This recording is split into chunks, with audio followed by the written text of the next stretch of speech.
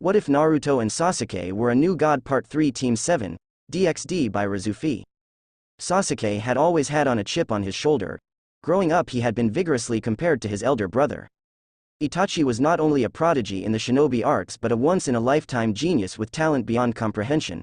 His skill, dedication, motivation and overall love of Konoha had been pushed above the norm. Itachi had been a perfectionist and anything less was seen as a failure.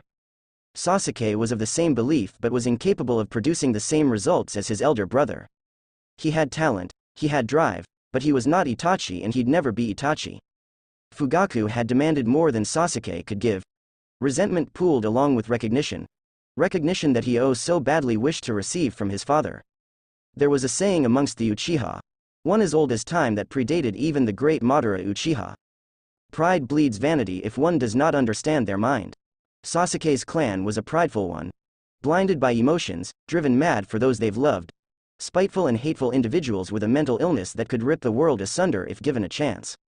He had fallen into the same cycle that all-powerful Uchiha had fell victim to. The curse of the Uchiha clan was but a whisper, a relic of old passed down from generation to generation.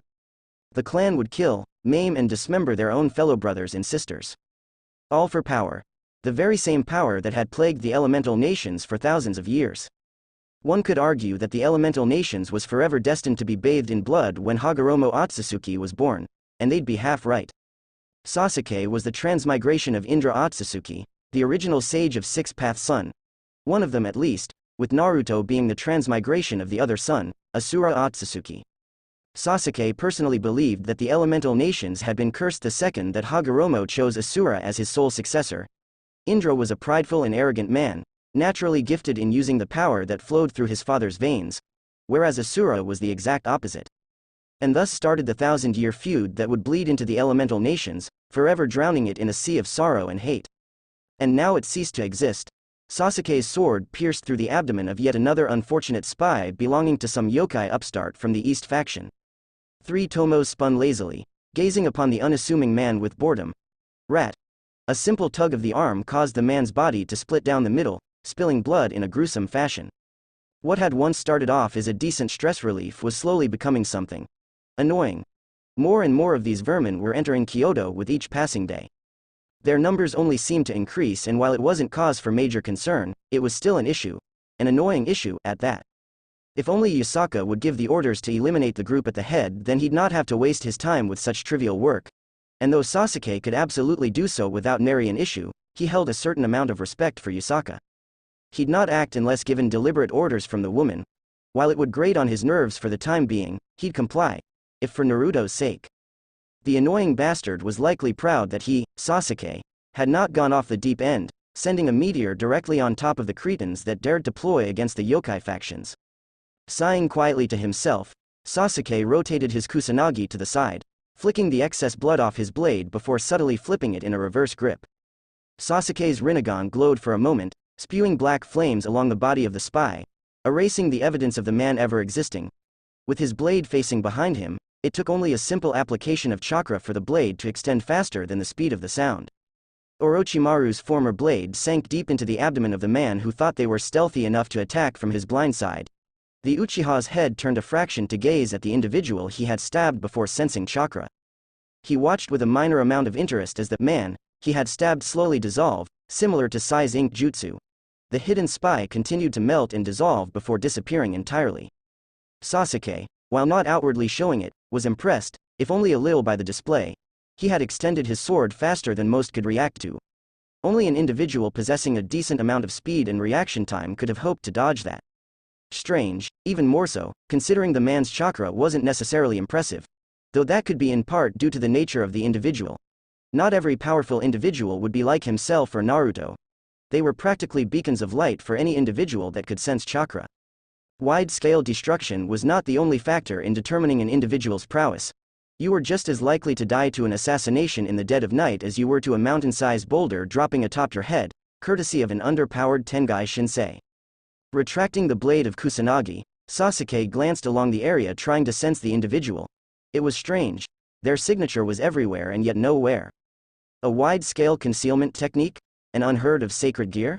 Illusions were thrown out the window due to his visual prowess.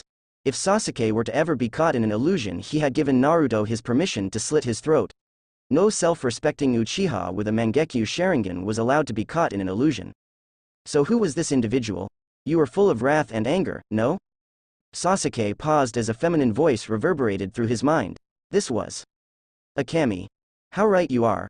Following her voice was a cacophony of laughter that nearly made Sasuke ill. Tell me, oh great and vengeful child, how does one such as yourself resist the call of violence? An insidious chuckle followed the woman's voice. Surely you do not mean to conceal these emotions? A frown marred Sasuke's face, and when he blinked, he came face to face with a grotesque-looking creature. For it could not be anything even remotely human-looking. Though the creature shared several similarities to that of a human female, she was anything but human. A beastly head with a pair of long and disfigured ears, giant nose and gigantic fangs stared back at him. Mangled hair like decaying straw fell down the beast's head. Ignoring the temptation to curl his nose in disgust, Sasuke tilted his head and replied, "It would be wise to stay out of my mind." Once again that disgusting and grotesque laugh cackled in his mind. Or what, child? You will slay me? I beseech you to try, for I will come back reborn and anew. You are not that of divinity. Your power, impressive as it is, does not affect one such as I. This time though, Sasuke's nose did curl in disgust, and sensing no form of deceit, replied tersely, "Who are you?" That same cackle reverberated from the beast, causing her beastly head to shake and convulse. Why you gaze upon none other than the mother of all yokai, disobedient and troublesome. The motherless parent-child of Susanoo himself, Amaterasu. Recognition finally dawned in Sasuke's eyes, recognizing the Cami. The woman that gave birth to the more negative yokai, Tengu, and Aminojaku in Japan. Said to be the amalgamation of Susanoo's ferocious spirit that he then proceeded to vomit out. A troublesome Cami known for manipulating humans' emotions and possessing the hearts of man. Frown growing larger, Sasuke narrowed his gaze. What do you want? He asked impatiently. I've no time for your petty mind games. I see now why Susanoo respects you. The same arrogance and pride flows freely through your veins. A cackle left her throat. It is no wonder Susanoo informed me to steer clear from you. Sasuke's eyes tightened at the statement, annoyance flowing through his veins as the Cami continued to harp about Susanoo. Leave. If all you plan to do is annoy me, then I will send you back to Takamagahara. That mangled and dirty hair swiveled as the creature tilted its distorted head. Such impatience. Children these days know not the virtue of being respectful. No matter. Amaterasu cackled once more as she glided along the concrete, her body moving with an alien-like gait. I come with an offer, young one. I'm sure it is something that a wrathful individual such as yourself would behold. Sasuke was half tempted to burn the Cami where she stood, uncaring of the repercussions that would surely follow for attacking a Cami unprovoked, regardless of affiliation and dislike. And that offer is? He questioned calmly, masking his distaste and annoyance. That is more like it. Her smug tone nearly caused Sasuke to conjure his Susanoo just to spear her with an Amaterasu-coated sword. I have been watching you, child. Interested in the emotions that you bury deep within you. I have use of them. His frown slowly tapered off into a full-blown glare, Rinnegan glowing dangerously as his left hand sparked with Raiden chakra. I'm no one's tool. Leave, before I kill you. An unfathomable amount of chakra sprang to life around Sasuke, spreading throughout the entirety of Kyoto. A malevolent smog of energy coated the boy's body, manifesting into a ginormous humanoid samurai. The sky darkened tremendously, followed by the cacophony of thunder. Droplets of rain began to drop with flashes of lightning descending all across the city of Kyoto. Amaterasu did not shy away from the display of power, nor did she cringe. If anything, the creature seemed almost elated, which in turn only further angered Sasuke. The Uchiha was mere nanoseconds away from striking the Cami down where she stood. He however was unable to do so as a golden pillar of chakra appeared before his Susanoo, followed by the familiar roar of the Kyuubi. Sasuke took one glance at Naruto's glowing form, making direct eye contact with him as he did. The gigantic form of the Kyuubi loomed over Amaterasu, the glowing beast staring down at the Cami with its teeth bared. Whoever you are, you need to leave. Now.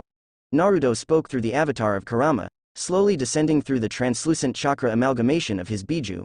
He landed without a sound, his 9 Gudodama spinning hypnotically behind him. I won't be asking twice. Vacate Kyoto immediately and return to Takamagahara. Amaterasu seemed to consider the newcomer for a moment before cackling loudly, causing Naruto's features to harden further. Yes. Yes. Yes, yes, yes. You both shall do just well. The Cami are restless. Her voice rose an octave, taking on a manic tone to it as she gestured wildly. disfigured limbs stretching awkwardly. Your names are spoken through Takamagahara, Uchiha Sasuke and Uzumaki Naruto. Naruto's frown only deepened at the woman's tone. So this woman was a Cami. He didn't recognize her though. She must not have been a major god then. Before he could reply though, the Cami's disfigured body shifted in a grotesque manner, joints snapping and popping. You two cannot avoid it much longer. The heavens cry for you both. Salvation awaits, chaos ensues, revel in conflict and shed your humanity, become my equal. Her manic tone seemed to only further disturb Sasuke and Naruto, evident by their expressions. The Cami didn't bother waiting for a response, her cackling rising in volume as she slowly melted away. The two shinobi were quiet for several moments, the rumbling thunderstorm slowly tapering off into a dull downpour of rain. The lightning disappeared from the clouds along with Sasuke's titanic Susanoo. The Uchiha landed near his friend, watching as Kurama's avatar slowly dispersed from sight, breaking down into thousands of particles of light. The golden energy slowly swirled before funneling directly back into Naruto. Well, that was certainly ominous. Naruto stated unhelpfully, his Sage of Six Paths Kurama mode dissipating. Who was that, Sasuke? A minor Cami, Amaterasu. He trailed off for a moment, gaze swiveling towards the darkened clouds. I'd write her words off as a deranged lunatic but. Naruto pushed. Sasuke's mismatched orbs narrowed for a moment before replying. I've learned to stop underestimating individuals if perceived as weaker than me. How she worded that. This is going to spark something annoying. The blonde tilted his head towards the sky, seeing something that Sasuke clearly couldn't. We're being watched. I can't see them but I can sense them. A pause. What did she say to you to lose composure? You've gotten better at controlling yourself. Sasuke's eyes narrowed as he glanced away from the sky. She came with an offer. Though that offer went unsaid, she claimed to have use of me. Knowing about his friend's vitriolic attitude towards being controlled or guided, Naruto nodded his head. I'll let Yusaka know. She'll most likely get in touch with Amaterasu. Maybe she'll know what's going on. Sasuke responded with a quiet grunt before sheathing his kusanagi with a quiet click. Let's go. Naruto stated, placing his hand on Sasuke's shoulder before teleporting them both away. As the Uchiha was teleported away, he couldn't help but fixate on the parting words from the deranged Cami. Revel in conflict and shed your humanity, become my equal. It left an uncomfortable feeling in his stomach, one that would plague his thoughts for the rest of the day. Even his time with Kuroka could not staunch the unease that rested deep within him.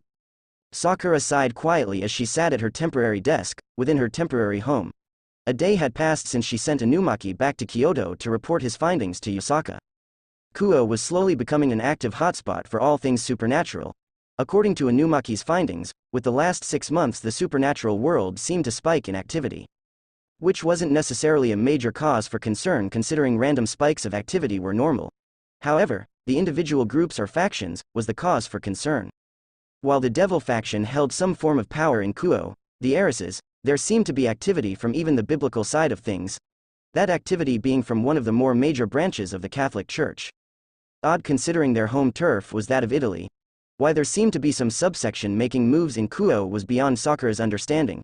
Kuo did not possess anything of note for any groups of supernatural, even less to the Catholic Church. There had been no talks, at least according to Yusaka's debriefing, about the Catholic Church moving towards Japan.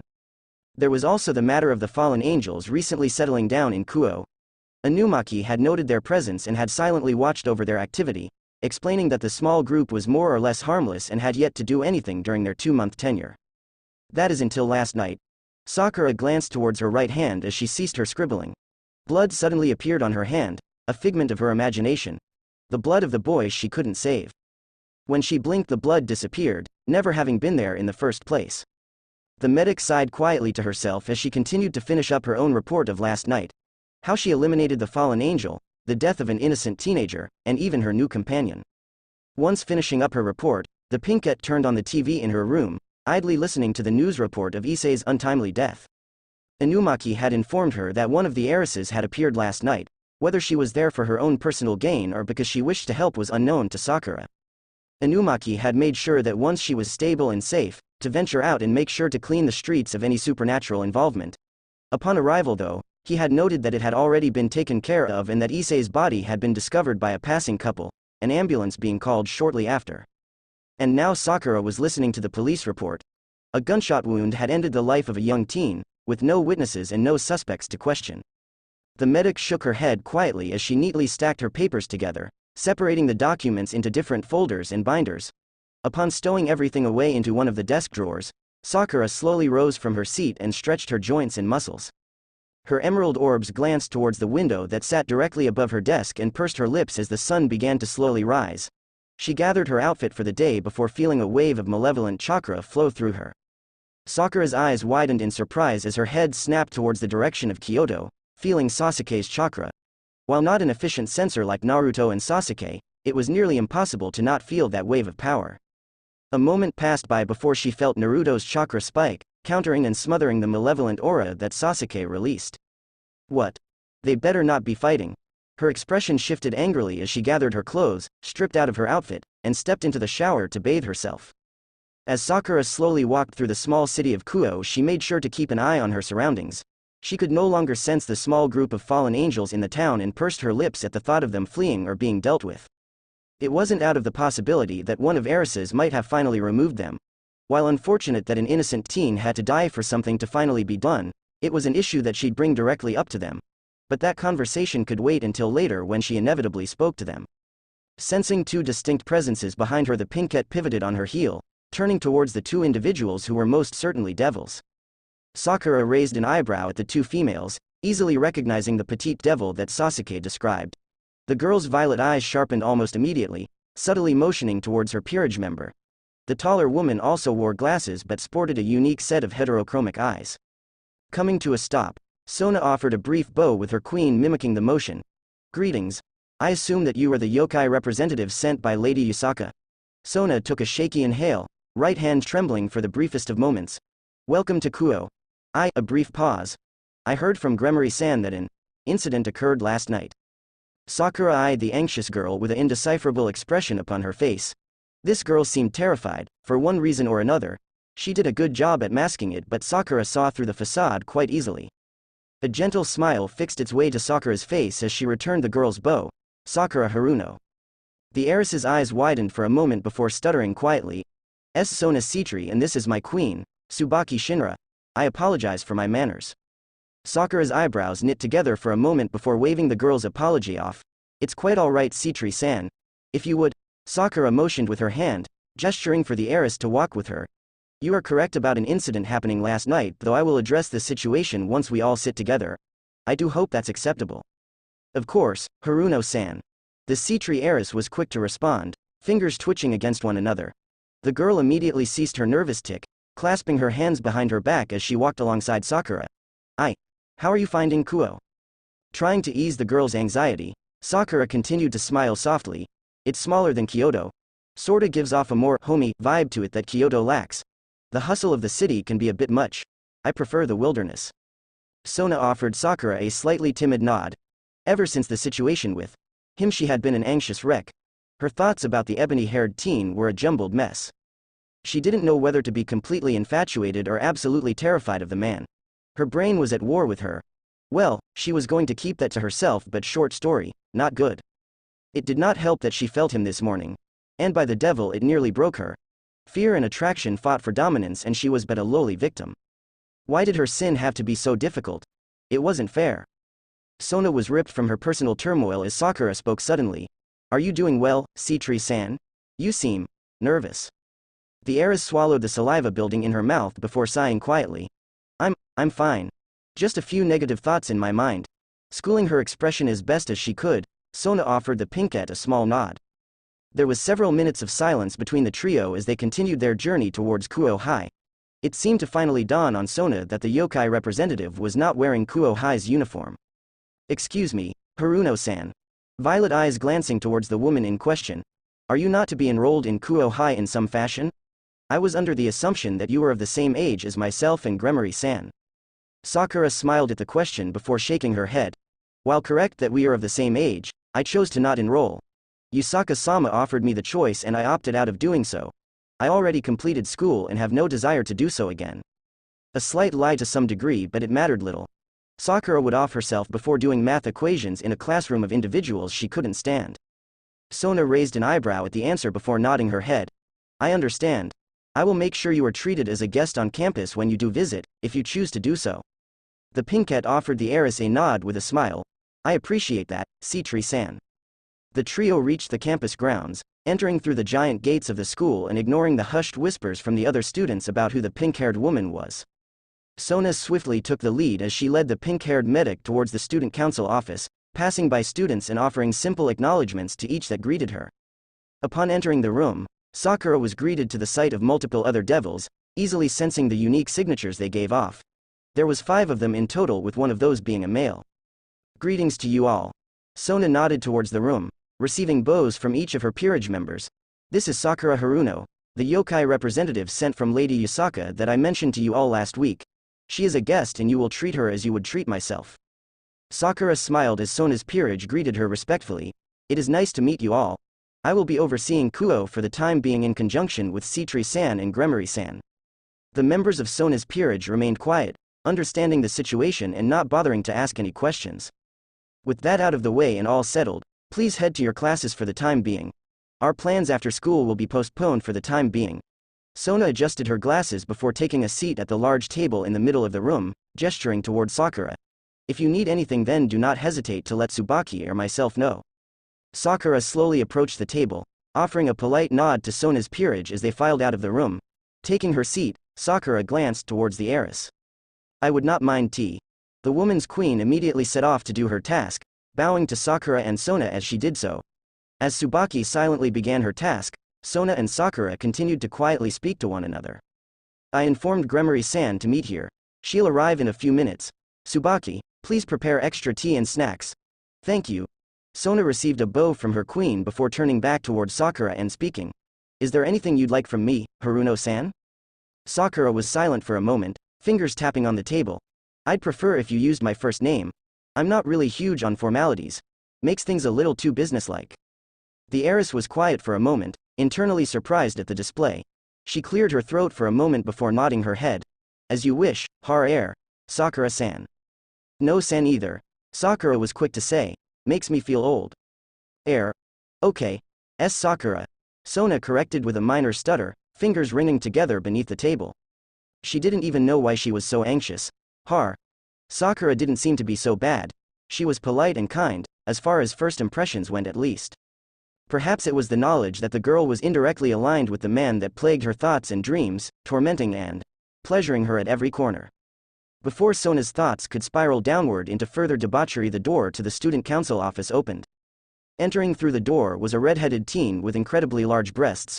Following behind her was a teen with long ebony hair that even larger breasts than the redhead. Sakura wasn't bitter. Not at all. Not even a little. She had a dump truck after all. An absolute juicer of a rear end. Breasts were the least of her worries. After all, according to a majority of scientific studies, it showed that both men and women preferred large asses over large breasts. And science never lies. Nodding to the absurd knowledge, Sakura offered the 2 devils a polite nod and smile, recognizing the redhead as the Gremory heiress. Gremory-san, it is a pleasure to meet you. My name is Sakura Haruno and I am the yokai representative. Sakura noted that the redhead's features softened in relief. Inumaki had informed her that the red-headed heiress had reached the barrier shortly after she destroyed it. The heiress must have noticed her unconscious form and possibly tried to aid, that or for some ulterior motive. Inumaki hadn't known whether her intentions were negative or not and acted with her safety being top priority. Thank goodness you're okay. Rias states with no small amounts of relief lacing her tone. Upon realizing her little slip, a dash of red covered her cheeks along with an embarrassed smile. Sorry. She cleared her throat quietly, ignoring her queen's amused expression. My name is Rias Gremory and beside me is my queen, Akeno Himejiwa. It is a pleasure to meet you as well, Haruno-san. Sakura waves off the girl's apology with a smile. No formalities, Gremory-san. Please, just call me Sakura. Rias blinked at the pink-haired delegate before slowly taking her seat at the table. Well, okay. Rias' eyes strayed along the office, spotting Sona's queen preparing tea and other snacks. If you would, Akeno, please aid Tsubaki. Of course, bucko. The fallen angel devil hybrid responded. The woman offered the table a bow before sashaying her way toward Sona's queen. With both king's queens gone, there was a silence that sat in the room save for the quiet mumbling courtesy of the 2 queens who were fixing tea and snacks. So. Rias nervously stated, fingers tapping against the table. Not to be rude or no, Anything that would come across as disrespectful to you, but what do you wish to talk about first? Curse her nerves. They were getting to her. The events leading up this situation were at the forefront of her mind, and now that she was finally tackling the issue, she was probably going to have a panic attack. This meeting could dictate the future of the devils in the Shinto pantheon. No pressure. Relax. Sakura commented in a light-hearted manner, noticing how anxious the girls were being. I'm aware that things aren't looking. What's the word? Good? Positive? Her lips pursed in a cute manner as she tapped her chin thoughtfully. But I'm here to make sure that the agreement between the yokai faction and the devils proceeds smoothly. Sakura tapped the table with her index finger as she continued. There are certain avenues that we must adhere to, both you and I. She paused, seeing if the two teens were following her words. Noting that their attention was 100% on her, Sakura nodded. I am here to oversee and make sure that you two are properly tending to Kuo. I want the both of you to push what Sasuke informed you to the back of your minds. You two, and I mean no disrespect when I say this, have no part or say in what the Shinto pantheon and the devils do concerning Japan or Kuo. You two were given the responsibility of overseeing Kuo as a sign of goodwill between the yokai faction and the devils. However, the Shinto pantheon has since then decided to remedy the issue that happened several years ago regarding the rogue devil yokai, Kuroka. Is this making sense? Sona, being the more intelligent devil of the two, seemed to understand almost immediately. That makes sense. Though, it also sounds as if we haven't been doing our job correctly. She adjusted her glasses as she glanced at Rias. I was told by my sister that something happened last night involving the delegate from Kyoto. Rias' expression became strained as she stared at the table. That may have been my fault. Her gaze rose toward Sona and she instantly cringed at the rather heated look in the girl's eyes. What did you do, Rias? Sona questioned with a sharp gaze. You told me yesterday after class that you were going to solve the issue with the fallen angel. Rias flailed her hands in front of her as she replied, I swear. But. She wrung her hands nervously in front of her before hanging her head in shame. My brother called me, distracting me from immediately going to aid Issei and deal with the fallen angel. Sona's eyes widened as she stared at her childhood friend. Rias, she hissed with a minor glare. Do you even realize how bad that sounds? We're supposed to deal with supernatural issues here. You promised me that you'd deal with the fallen angel issue. I didn't deal with it because I trusted you to handle it. And now you're telling me that you got distracted, allowing a rogue fallen angel to attack a delegate? Did you at least manage to save Issei? There was an awful silence that reigned after her question. Sona's eyes grew even wider as she stared at her friend. Rias, she exclaimed angrily. Do you have any idea what the repercussions of this could cause? Why didn't? Rias slammed the table in frustration, upset that she was being called out by her friend. I'm sorry, but I'm not going to sit here and let you hound me for something that was out of my control. I was going to deal with the issue and I had every intention to save Issei. Sona's glare seemed to only harden as she replied. Out of your control? An innocent person was killed last night, and his blood is on your hands because of your incompetence. We wouldn't even be in this situation had you dealt with the fallen angels in the first place.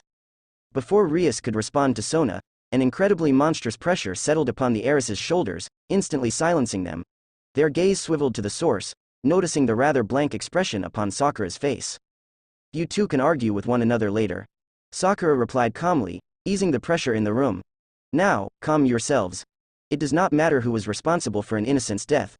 The fact of the matter is someone innocent, with no knowledge of the supernatural, was harmed and killed by a rogue supernatural being due to the negligence from both of you. Sakura pinned the two teens with a harsh stare. I do not care if Gremory-san was distracted. You, Citri-san, should have dealt with the issue regardless of what Gremory-san told you. You both are responsible for the well-being of every individual in Kuo. This was the agreement made upon by the devils in the yokai faction. You are both at fault here. Act like leaders, not children. The two heiresses winced at the woman's rather harsh tone. Sakura wasn't necessarily wrong with her statement. They were both responsible for the supernatural side of Kuo and hadn't immediately dealt with the threat, regardless of how minor or small it seemed. An innocent human had perished as well as a foreign delegate being injured in the process. Sakura sighed quietly to herself as she rubbed her forehead, idly noticing that the heiress queens had brought tea and snacks to the table. The queens remained silent though and sat behind their respective kings with no small amount of nervousness. The medic picked up one of the cups and brought it to her lips. The jasmine tea did wonders to ease the tension in her body. Taking several more sips, she glanced towards both queens before speaking. The tea is wonderful, thank you. The two queens offered small smiles before offering a short bow to the pinkette. Sakura returned their smiles with one of her own before placing the cup down and speaking. Normally this situation wouldn't be considered major. The entire situation was handled rather well, barring the death of an innocent of course. His death, while tragic, was handled correctly with nary a trace of the supernatural being involved. You did well to clean up the scene, Gremory-san. The girl perked up, if only slightly, and offered a grateful nod. This will all still be reported and relayed to Lady Yusaka, and it will be up to her as to what the decision will be regarding your punishment for the negligence of your duties. Do you both understand? Hi. Understood. Sakura nodded her head before taking another sip of the delicious tea. Reaching for one of the pastries on the tray, she continued. Ease up, girls. I know how hard it is when being a leader. You two are young and clearly inexperienced, but don't let this dishearten you. Learn and grow from the mistakes you make. Remember that every failure is more room for growth. I've been in your exact shoes and have experienced the same shame and frustration you are currently feeling. Sakura bit into the fluffy pastry and had to hold back the moan that tried to escape her lips. This pastry was so good. Clearing her throat to mask her near-ecstasy-filled moan, she continued. Besides, I do think your punishment will be rather lax. Everything was handled relatively well despite the unfortunate circumstance regarding the innocent human. If it had been a yokai, then I wouldn't feel confident in these words. However, there are much more things we need to discuss, so I suggest the both of you get comfortable.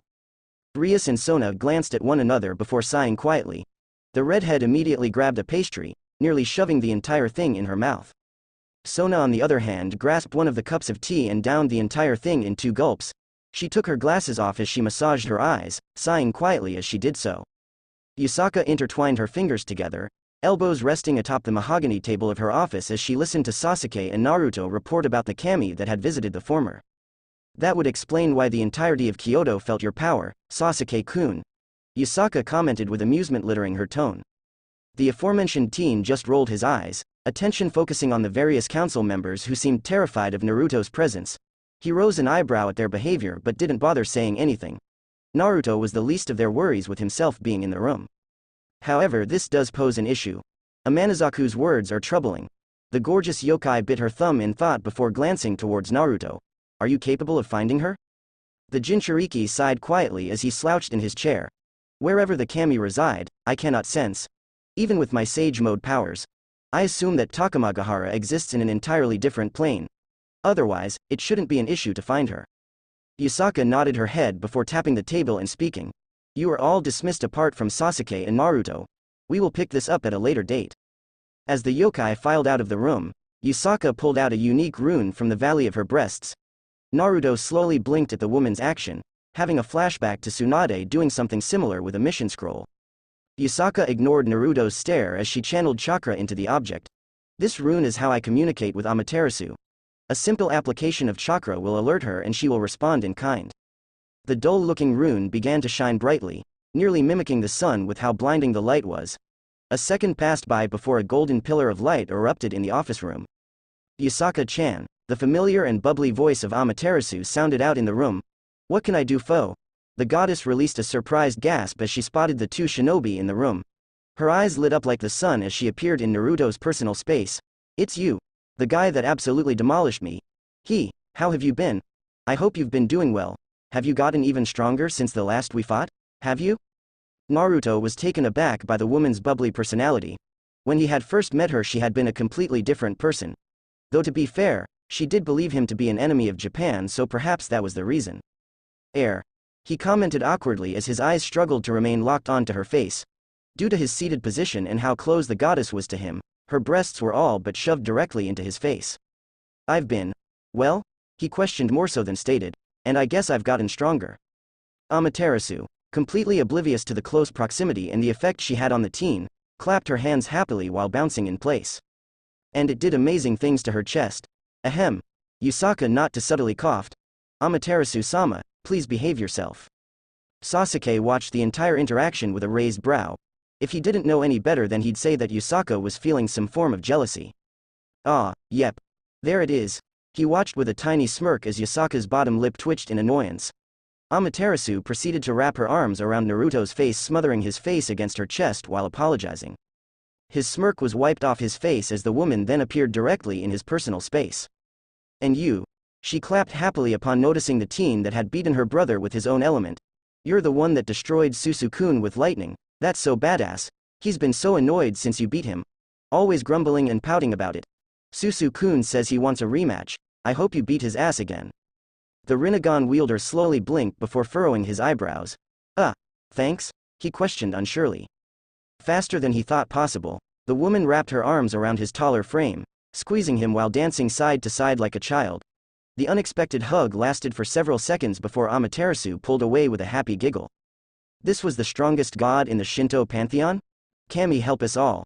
Sasuke thought quietly to himself. Amaterasu bounded through the room, returning to her position beside Yusaka. Yusaka-chan, what did ya need? Yusaka, already used to the goddess's unique personality, sighed quietly before speaking. There was an issue today with one of the kami involving Sasuke and Naruto. She gestured towards both teens as she spoke. Amaterasu's head tilted as she glanced towards both teens. What kami and what happened? There was a slight change to her demeanor that was instantly picked up by both Naruto and Sasuke. Amaterasu. Sasuke stated with his arms crossed. She spoke to me as if I was some tool for her to use. I threatened to kill her. He stated bluntly with little care. Afterwards, she proceeded to just spout nonsense about myself and Naruto, shedding our humanity, and becoming her equal. Both shinobi and kyuubi yokai noticed how sharp Amaterasu's eyes became after hearing Sasuke's statement. You are positive she said those exact words? She questioned harshly, doing a complete 180 in terms of personality. Naruto nodded as he spoke. Those words verbatim. The goddess was silent for several moments before raising her right hand. Gold particles of light were summoned directly into her hand, revealing her divine katana. The beautiful woman slowly settled into a simple Lado stance, knees bent with both hands upon her blade. Several seconds passed by in silence before Amaterasu abruptly unsheathed her blade while slicing through the air. To Naruto and Sasuke's shock, a golden portal appeared directly where she had sliced. The gaping hole was large enough for several humans to walk through, and the light it was emitting was nearly blinding. Naruto's eyebrows furrowed as hundreds upon hundreds of divine presences suddenly filtered through his senses. This was Naruto-san. Sasuke-san. Amaterasu spoke while sheathing her divine blade. This portal will guide you to the realm where all the gods and kami of the Shinto pantheon reside. Takamagahara. They both spoke in unison, staring at the portal with furrowed brows. They had heard about Takamagahara. It was kind of hard not to, considering Japan was now their home. But they never thought they'd actually get to see it. Takamagahara was the realm for the kami. The goddess turned her attention to the two teens before gesturing towards the portal with a smile. Humans have never set foot in Takamagahara. But there is a first time for everything. The goddess turned her silver orbs to Yusaka before nodding her head. If you do not mind, Yusaka-chan, I will be borrowing them for a while. Yusaka offered the goddess a simple nod before turning towards Naruto and offering the boy a beautiful smile. Good luck, Naruto-kun. This is an honor of the highest order. Her golden orbs glanced towards Sasuke as a teasing smile fixated upon her face. Behave yourself, Sasuke-kun. The Uchiha grunted quietly in annoyance, turning his head to stare at the wall. It was a very Sasuke thing to do. Naruto grinned in amusement before turning towards Yusaka. I'll make sure he doesn't cause any problems. The blonde ignored the callous insult from his friend. I guess. I'll be back soon. And I'll be waiting here for you. The Kyuubi replied with a beautiful smile. Staring into the Kyuubi's eyes and feeling emboldened, Naruto slowly leaned towards the woman before placing his lips upon her cheek. The teen pulled away with a soft smile and was about to say something before being interrupted by Amaterasu's squeal of happiness. Ah, you two are so cute. I'm rooting for you both, she squealed happily again, jumping and clapping her hands together. Which again, did amazing things to her chest. Yusaka rolled her eyes at the goddess' reaction before returning her attention to Naruto. Her left hand slowly reached out toward his face, gently stroking his whisker marks and relishing the small hue of red that overtook his complexion. Good luck. Be safe. I will. Naruto replied while grabbing a hold of the woman's hand. I promise. The two blondes continued to stare at one another before a loud cough interrupted them, courtesy of Sasuke.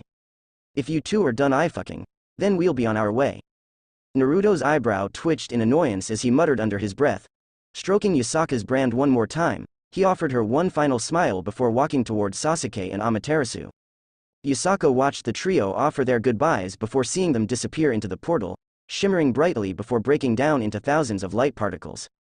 Sasuke didn't know what he had originally been expecting when stepping foot into Takamagahara, but he had been expecting something more. Takamagahara resembled what Japan looked like nearly 12 centuries ago. Kilometers upon kilometers of rice fields, binding rivers, and archaic architecture that had all but been erased from the modern Japanese aesthetic, save for the ruins of old monuments and shrines. While it didn't necessarily surprise the Uchiha, it left him feeling some form of disappointment. This was the home of the Cami. So, forgive him if he expected something a little more robust. Nay. Why the long face, Sasuke-kun? Isn't Takamagahara beautiful? Mismatched orbs met silver as the teen met the goddess's gaze. I expected more. Blunt as ever. The goddess then proceeded to pout, and if Sasuke was being honest, it nearly caused him to falter. It should be a crime for something to be so cute. Come on Sasuke, I think it's nice. It's real traditional, that's for sure. Reminds me of Ta no Kuni. Naruto's cerulean orbs traveled along the, in his opinion, beautiful landscape with an appreciative gaze. There was an ethereal energy that practically saturated the very air that wafted in this plane? Dimension? Whatever it was, it possessed nothing but this specific energy. It was so very similar to chakra, but at the same time, wasn't. If Naruto had to actually put a feeling to it, he'd say it was similar to the mode he'd be in when harnessing natural chakra in his Rakudu cloak. And that observation nearly caused Naruto to blanch. Descendants of the rabbit goddess herself, transmigrations of the most powerful humans that had ever walked the elemental nations and were the precursors to end a war that would end all wars. It was something Naruto didn't want to even entertain, and if he didn't want to tackle the subject, then he could almost guarantee that Sasuke would flip out. Oi, Sasuke. What? You're not gonna like this, but the chakra here feels eerily similar to the chakra I use in my Rakudo cloak. Sasuke. Quit speaking. The Uchiha hissed out, closing his eyes and taking a deep breath. In, out, in, out, in, out. Think of your happy place, Sasuke. Just think of your happy place. Those breathing techniques ain't working, Sasuke, and you know it. Naruto responded bluntly, crossing his arms against his chest. Shut the fuck up. Keep talking and the heavenly flames of Amaterasu will rend your flesh from your body. Wow. That is actually the most edgiest thing I've ever heard from you. Naruto joked good-naturedly, trying to defuse the situation. Your growth and character development has been amazing to watch. Sasuke's frustrated visage bled away to confusion. My what? Nothing. Naruto was quick to answer, dismissing his friend's question. Nay. What were you two talking about a second ago? Amaterasu asks curiously. The two shinobi glance at one another, silent for a couple of moments before Naruto eventually responds. The chakra that I can sense here is similar to the chakra that myself and Sasuke can use, he explains slowly. The goddess tilted her head cutely, eyebrows furrowing. What's so unique about that? From our world, the only individuals that were capable of harnessing this chakra was the progenitor of it and her children. His facial expression began to slowly shift, lips pulling down into a frown. The man who gave us this power was known as the Rakudu Sennin, or the Sage of Six Paths. With just half of his power, we were able to defeat a goddess with the power to annihilate our homeworld. Which can really only lead to one conclusion. Or at least, the only conclusion myself and Sasuke can realistically come up. Sasuke takes over, finishing what Naruto was going to say. There are more beings like Kagaya, capable of traveling through universes and or dimensional planes with ease. And while I'd prefer it to just be a coincidence that the Kami are capable of using Rakudu chakra, I cannot ignore the possibility that more of those beings exist, spreading their influence on multiple worlds and planets. Amaterasu's eyebrows had begun to slowly rise throughout Naruto and Sasuke's words, slightly surprised at how serious they were being. The two teens had a rather unique dynamic that reminded her of the relationship she had with Susanoo. To see them so on edge about this was interesting. Was this Kagaya mortal, like you two are? She asked curiously. No, Naruto shakes his head negatively. Sasuke and I know little about Kagaya save for the information that Super Gramps left us. But there was zero possibility of her having been a human. You can kill a person, but our only option was to seal her away. Amaterasu makes a quiet noise of acknowledgement before speaking once more. What did she look like?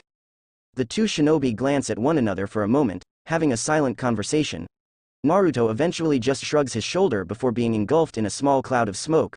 When it clears, a pale-skinned woman is now standing in his place. Amaterasu's head tilts nearly 90 degrees as she studies the woman that Naruto transformed into. Her skin was as white as snow, and atop her head sat a pair of horns that resembled rabbit ears. She possessed 3 eyes upon her face, with her main ones being pure white with no pupils. In the center of her forehead sat another unique-looking eye that resembled the one in Sasuke's left socket, save for the fact that it was red instead of violet and had double the amount of the tomos. I cannot recall ever seeing an individual with these physical attributes. the goddess slowly admits, eyes still studying the woman. In a voice that baffled Amaterasu, Naruto spoke elegantly and softly, mimicking Kaguya's own. Kaguya Otsutsuki was the strongest being to walk on our world. She was able to not only create any dimension she wished to but was also able to control any aspect of the environment in which she crafted.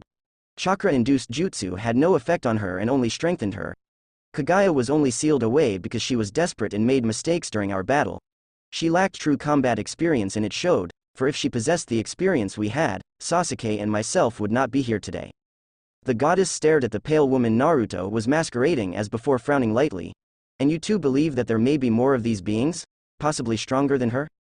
Kaguya, or Naruto, nodded their head, and because of Kaguya's ability to create dimensions, you also suspect that these beings could potentially teleport to different dimensions and universes altogether?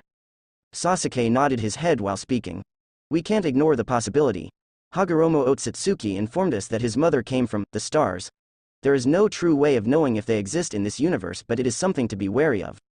A poof of smoke surrounded Naruto, his transformation disappearing. Imagine if Kaguya was considered weak amongst her people. I can't fathom fighting multiple individuals on her or above her level. He shook his head as he did so, frustration bleeding into his voice. For something to unnerve the both of you. The goddess spoke seriously. Ah, it'll be okay, she exclaimed, tone shifting into childlike nonchalance. Sasuke just stared at the woman as if she had lost her mind. Did you not just hear what we said? Oh, I heard it, she replied, nodding her head with a smile. But I don't think you two should worry about it. And why wouldn't we? The Uchiha questioned with a heavy amount of annoyance, fingers clenching in frustration. Because you two have help now. She spoke with a simple smile, much like a child. Oh, and that help is you? Sasuke questioned snidely, crossing his arms against his chest. Well, duh, she replied loudly, mimicking Sasuke and crossing her arms below her breasts, pushing them up. I'm not weak. And neither is Susu-kun or Tasuki-kun. These dumb aliens won't know what hit em. Sasuke, once again, just stared at the goddess as if she had lost her mind. His unique eyes slowly strayed away before focusing on Naruto. We're so fucked. Naruto's obnoxious laughter only further grated on Sasuke's already thin patience. What? Amaterasu questioned curiously. You think I'm weak? Her bottom lip threatened to push out, a cute pout painting her face. Sasuke glanced back towards the woman, speaking as he did. Naruto took you out with one ability. He explained in a dull tone. What real help will you be? There was an odd silence that reigned between the trio after Sasuke's question. It was slowly becoming an uneasy one. Where there had once been the idle noise that one would expect when standing amongst nature, there was now nothing. An eerie silence that pervaded the world, causing the hairs on the back of Naruto and Sasuke's neck to stand on edge. The familiar feeling of danger resonated through their sixth sense, causing their blood to boil. The telltale sign of adrenaline surged through their veins, eyes growing and chakra exploding. If you think that I took that fight serious for even a second, then you are a foolish man. Amaterasu spoke blandly, silver eyes dull and lifeless. I am the ruler of Takamagahara and Japan's sole protector for a reason.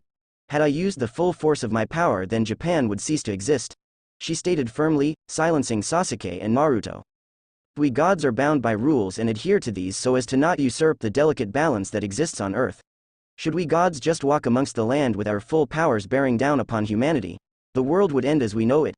And though you two are incredibly powerful and gifted, you are only human. You will peak and stagnate and eventually, you will die. Do not think that we are equals for even a second.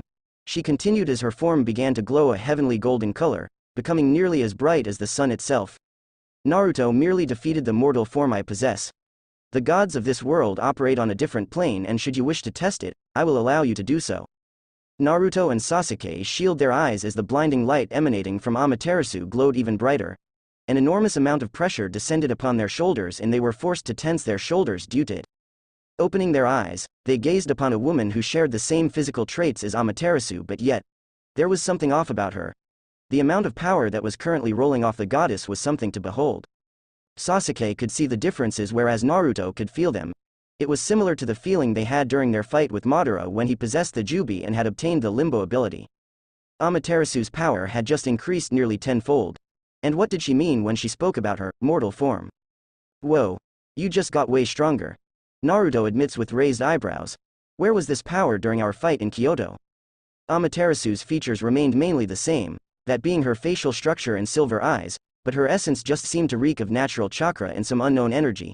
The pores of her skin seemed to radiate and pulse with ethereal golden energy, blazing like the sun. The goddess turned her gaze upon Naruto, silver eyes taking on a softer tone. It is like I said, Naruto. I appeared before you in my mortal form. I am stronger in my divine form. The same goes for any god through any religion. A small frown found its way on Sasuke's face as he stares at the woman. Any god? Any. Amaterasu confirmed with a nod. That certainly changed things now, didn't it? This meant the gods of other factions and other religions were even more powerful than originally assumed. Naruto tilted his head, sensing other gods slowly edging their way towards their position. If we fought again and I beat you in that form, then it's safe to say I'm stronger? A bemused smile formed on Amaterasu's face as she tilted her head, sword and shield materializing at her side. I shall let you know that my strength is at its most powerful right here in the heart of Takamagahara. Do you still wish to test your mettle, mortal? There was a condescending tone to her voice near the end of her statement, alluding to the fact that she was poking fun at his mortality. It didn't take a genius to know that regardless, and while Naruto wasn't the type of individual to allow petty insults to get to him, something about how she said it bothered him. She's packing some ridiculous power in her now. Why do you always want to cause problems? Kurama questioned in an annoyed tone. Do not take this fight. She holds the entire deck of cards in her hands. We're also on her home turf. I'm sure she's got even more of a boost in power due to that, considering how this god shit works. Yeah, but I want to fight her. Naruto replied mentally, a small smile beginning to make its way upon his face. A smile Sasuke didn't like seeing. Don't even think about it, he warned with a scowl. Already thinking about it. Naruto replied with a grin while grabbing the hem of his hoodie and pulling it over his head. Why not? I haven't been able to cut loose in a long time. He turned towards his best friend, staring at his annoyed expression. Ah, come on Sasuke. Don't you want to do the same? We always hold back against each other. Let me fight her. Sasuke just stared at the teen, watching as his friend began to flex his chakra pool. The air began to ripple and distort as Naruto continued to flex the absurd amount of chakra that was crammed in his body. The Uchiha released a heavy sigh, eyes roaming along the rice fields and spotting several unique-looking gods and creatures. He even spotted a few gods that he recognized due to studying about the Shinto pantheon. Sasuke sighed quietly before glancing back towards his friend and shaking his head. If you get your ass kicked, don't come crying to me. He raised a lazy salute before disappearing in a burst of speed, appearing on one of the various mountain ranges that overlooked the area Naruto and Amaterasu were standing in. Why? Just why? All Sasuke asked for when he woke up today was for a single day of normality. Just one single day. But no. The fates told him to go fuck himself. Having to deal with an annoying-ass Cami who spoke about some ritual, and now he was going to watch his friend either get destroyed or come out victorious against the strongest Cami that belonged to the Shinto pantheon. Your friend is an idiot. A gruff masculine voice resounded out from beside Sasuke. The Rinnegan wielder glanced to the man that stood beside him, recognizing him. A powerful idiot, but an idiot nonetheless. Susanoo bowed his head, straw hat hiding his face, to challenge sister in the heart of Takamagahara while in her divine form. A gruff chuckle escaped the man as he continued. He's either suicidal or extremely confident. For a human, it is impressive. Sasuke side-eyed the god that stood beside him, noting the amount of derision that the man used on the word human. Did all gods look down upon humans? Did they all see themselves as superior just because they were a god? You look down on humans? Sasuke stated, rather asked, watching as Naruto began to go through several stretching exercises. Astute observation. Susanoo mockingly replied, not bothering to glance toward Sasuke. That rankled Sasuke's pride, something fierce. As astute as that loss you received? Or did I fry your memory with my lightning? He spoke in a condescending tone. I remember defeating you with relative ease. Mortal form or not, you still lost. He scoffed in disdain, turning his nose away from the prideful Cami. You gods need to relearn what hubris means. Or does prancing around like the false protectors of an entire society and country make you feel better? Insecurities you can't seem to overcome. Please, interrupt me if I've spoken out of turn, oh great and almighty Cami. Don't speak to me like you're my better. If you want to fight, then I'll give you one. Sasuke's Rinnegan flared to life, glowing a dark purple as his Mangekyo Sharingan spun hypothetically. His blood surged beneath his veins as a miasma of purple chakra began to bubble up from beneath his skin, nearly forming the Susanoo upon his body. A cruel smirk formed on Susanoo's face as he began to flex his own power, kimono flapping wildly. His silver eyes began to glow bright as lightning began to crackle off his body and his sheathed sword. You are powerful for a human, but can you back up those words? Susanoo unsheathed his sword as an explosion of lightning struck down upon his position, forcing Sasuke to evade the explosion. A smokescreen covered the area before a shockwave of power blew it away, revealing Susanoo's divine form. Sparks of lightning crackled off of Susanoo's body and the distinct smell of ozone wafted in the area. The kami placed one hand upon his sheathed blade, taking up a simple Iaido stance. Sasuke scoffed at the display before unsheathing his own kusanagi and tensing his body. His knees bent and his chakra rolled off his body in waves, crashing down into the mountain, cracking it and sending chunks careening off the edge. Show me, human. Show me your warrior spirit, Susanoo cried as he disappeared, the sound of thunder following his movement. Sasuke's eyes dilated as the kami appeared directly in his face, divine blade en course to blaze a bloody path through his stomach. His own kusanagi met the man's blade as a shock wave of energy detonated out from their clash, causing a torrent of electricity to explode outwards from their position. Sasuke's expression shifted viciously as he met Susanoo's unique, gray eyes. His Rinnegan flared as a force of energy slammed directly into the kami, causing his eyes to momentarily widen as his feet began to dig trenches through the hardened earth. Shinra Tensai. The kami managed to dig his heels into the ground, momentarily fighting against the behemoth force of nature that was trying to whisk him away. It was all for naught though as Sasuke flexed the entirety of his chakra pools upon Susanoo's shoulders. With a flick of the wrist and the aid of his Rinnegan ability, Susanoo practically cannoned through the gigantic mountain, meeting the floor of it near instantaneously.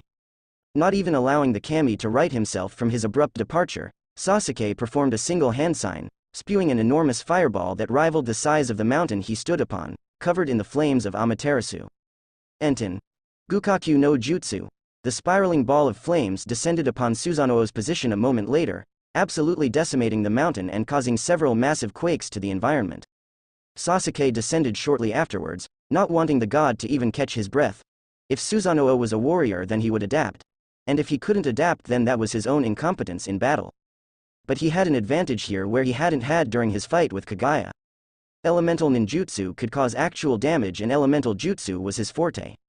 Naruto had a carefree smile upon his face as he stretched his joints, humming quietly to himself.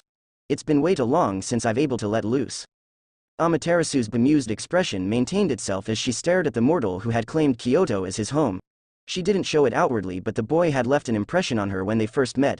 Of course, the circumstances in which they had first met was anything but positive. It didn't deter her from learning all she could about the odd little quartet. Prying information out of Yusaka had been relatively easy considering the group hid nothing. They came from an entirely different universe with the aid from Office of All Creatures, one of the most powerful beings in the entire universe. These four clearly attracted the worst of luck but according to Yusaka, they were on good terms with the dragon god. Even on a first-name basis. Which was, well, words didn't really capture how ludicrous and amazing that was. Amaterasu loved to play the ditzy sibling and she believed she played it very well. Of course, it wasn't that hard to play considering she kind of was a ditz at times. Her brothers believed she was too soft on the mortals she protected. She, however, would disagree. She did not look down on humans like those of her kin. Humans were a fascinating creation and the few times that humans rose to the heights of a god was a sight to see. Many a human had done what the gods thought to be impossible, slaying a god. And though the biblical God had created the means for humans to achieve this feat, it still did not discredit their achievements. However, a mortal with no sacred gear did not possess the power to slay a god. Only a god could kill a god after all, regardless of how powerful the human was. It was just a fact. Only the power of another god could eradicate the divine power that coursed through her veins. Gods slaying their own kin was seen as taboo. Slaying a god had consequences, and the humans that had done so had learned of them. You cannot just kill that which controls aspects of life with no repercussions. And while Amaterasu highly doubted that Naruto wanted to kill her, it was best to err on the side of caution. He did possess some ridiculous power in him after all, and if he had the capability to eradicate her mortal form with relative ease, then she was excited to see how far he could truly go. Just what did he have stored up for her? Amaterasu's smile slowly grew as she watched the boy speak aloud to himself, seemingly talking to someone that weren't there. He was an odd boy, that was for sure. Just what does Yusaka-chan see you in, lil one? She mentally questioned, curiosity growing as time passed by. Yosh! Naruto exclaimed excitedly as he punched his open palm. I'm ready to go, Ama-chan. Ama-chan. How cute. He was so adorable. Amaterasu allowed her smile to soften as her divine katana slowly rotated in the air, hovering next to her palm. I look forward to our battle then. I hope your power isn't just for show then. Oh, I can promise you that I'm about that life. He affirmed with a smirk, chakra rippling and distorting around his body. Don't cry when you lose, Ama-chan. He added in cheekily, placing both of his palms together in a prayer-like motion.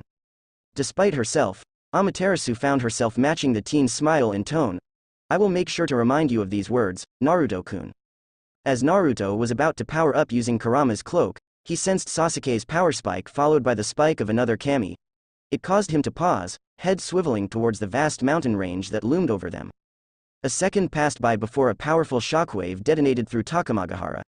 A nanosecond passed by before the mountain practically exploded, causing several quakes to spread throughout the rice fields. Naruto sensed a build-up of chakra before seeing an enormous fireball that rivaled the size of a biju, coated in the flames of Amaterasu speeding down towards the ground.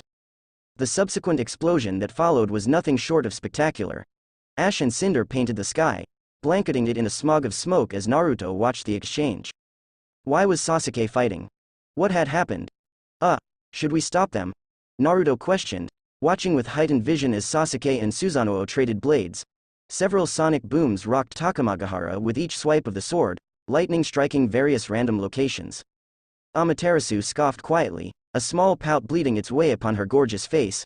That's not fair. I was supposed to be showing off. Me, not Susu-kun. He always ruins my fun. Naruto glanced back towards the woman, noting her adorable pout and physically struggled with the urge to comfort her. He laughed awkwardly as he spoke. It's going to be okay. We can still fight, Ama-chan.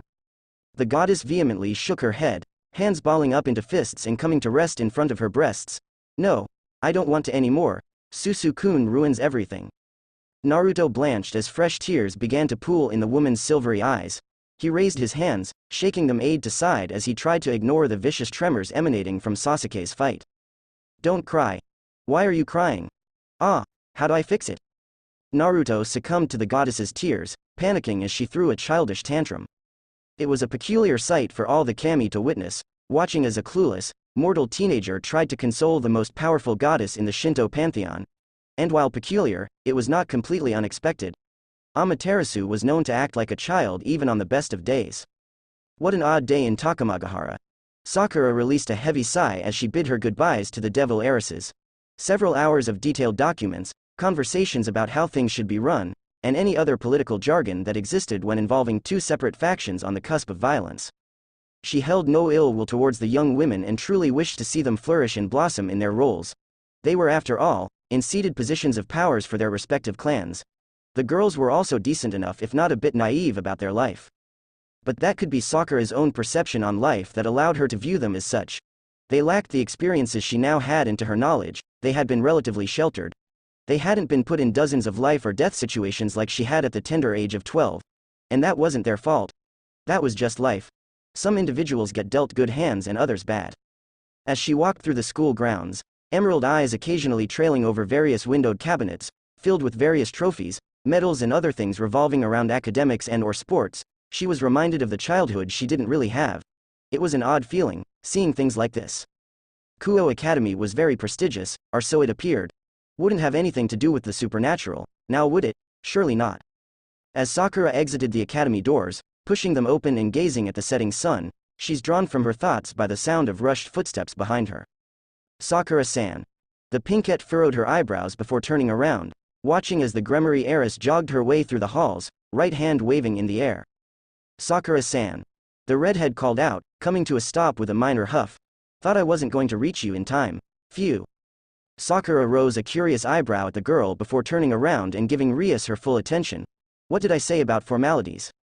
The Gremory seemed to blanch before coughing into her hand and straightening her back. Sorry, it's a force of habit. Japanese culture and customs and whatnot. Sakura didn't really blame her. Japanese etiquette was far more formal and professional than Konoha had been. Did you need something, Rias? The medic asked curiously, leaning against the open door of the academy. Rias perked up cutely, as if suddenly remembering what she had called Sakura for. I just wanted to properly thank you, she expressed gratefully with a demure smile. And to apologize. To you specifically. Her expression lowered, demure smile being replaced with shame-filled one.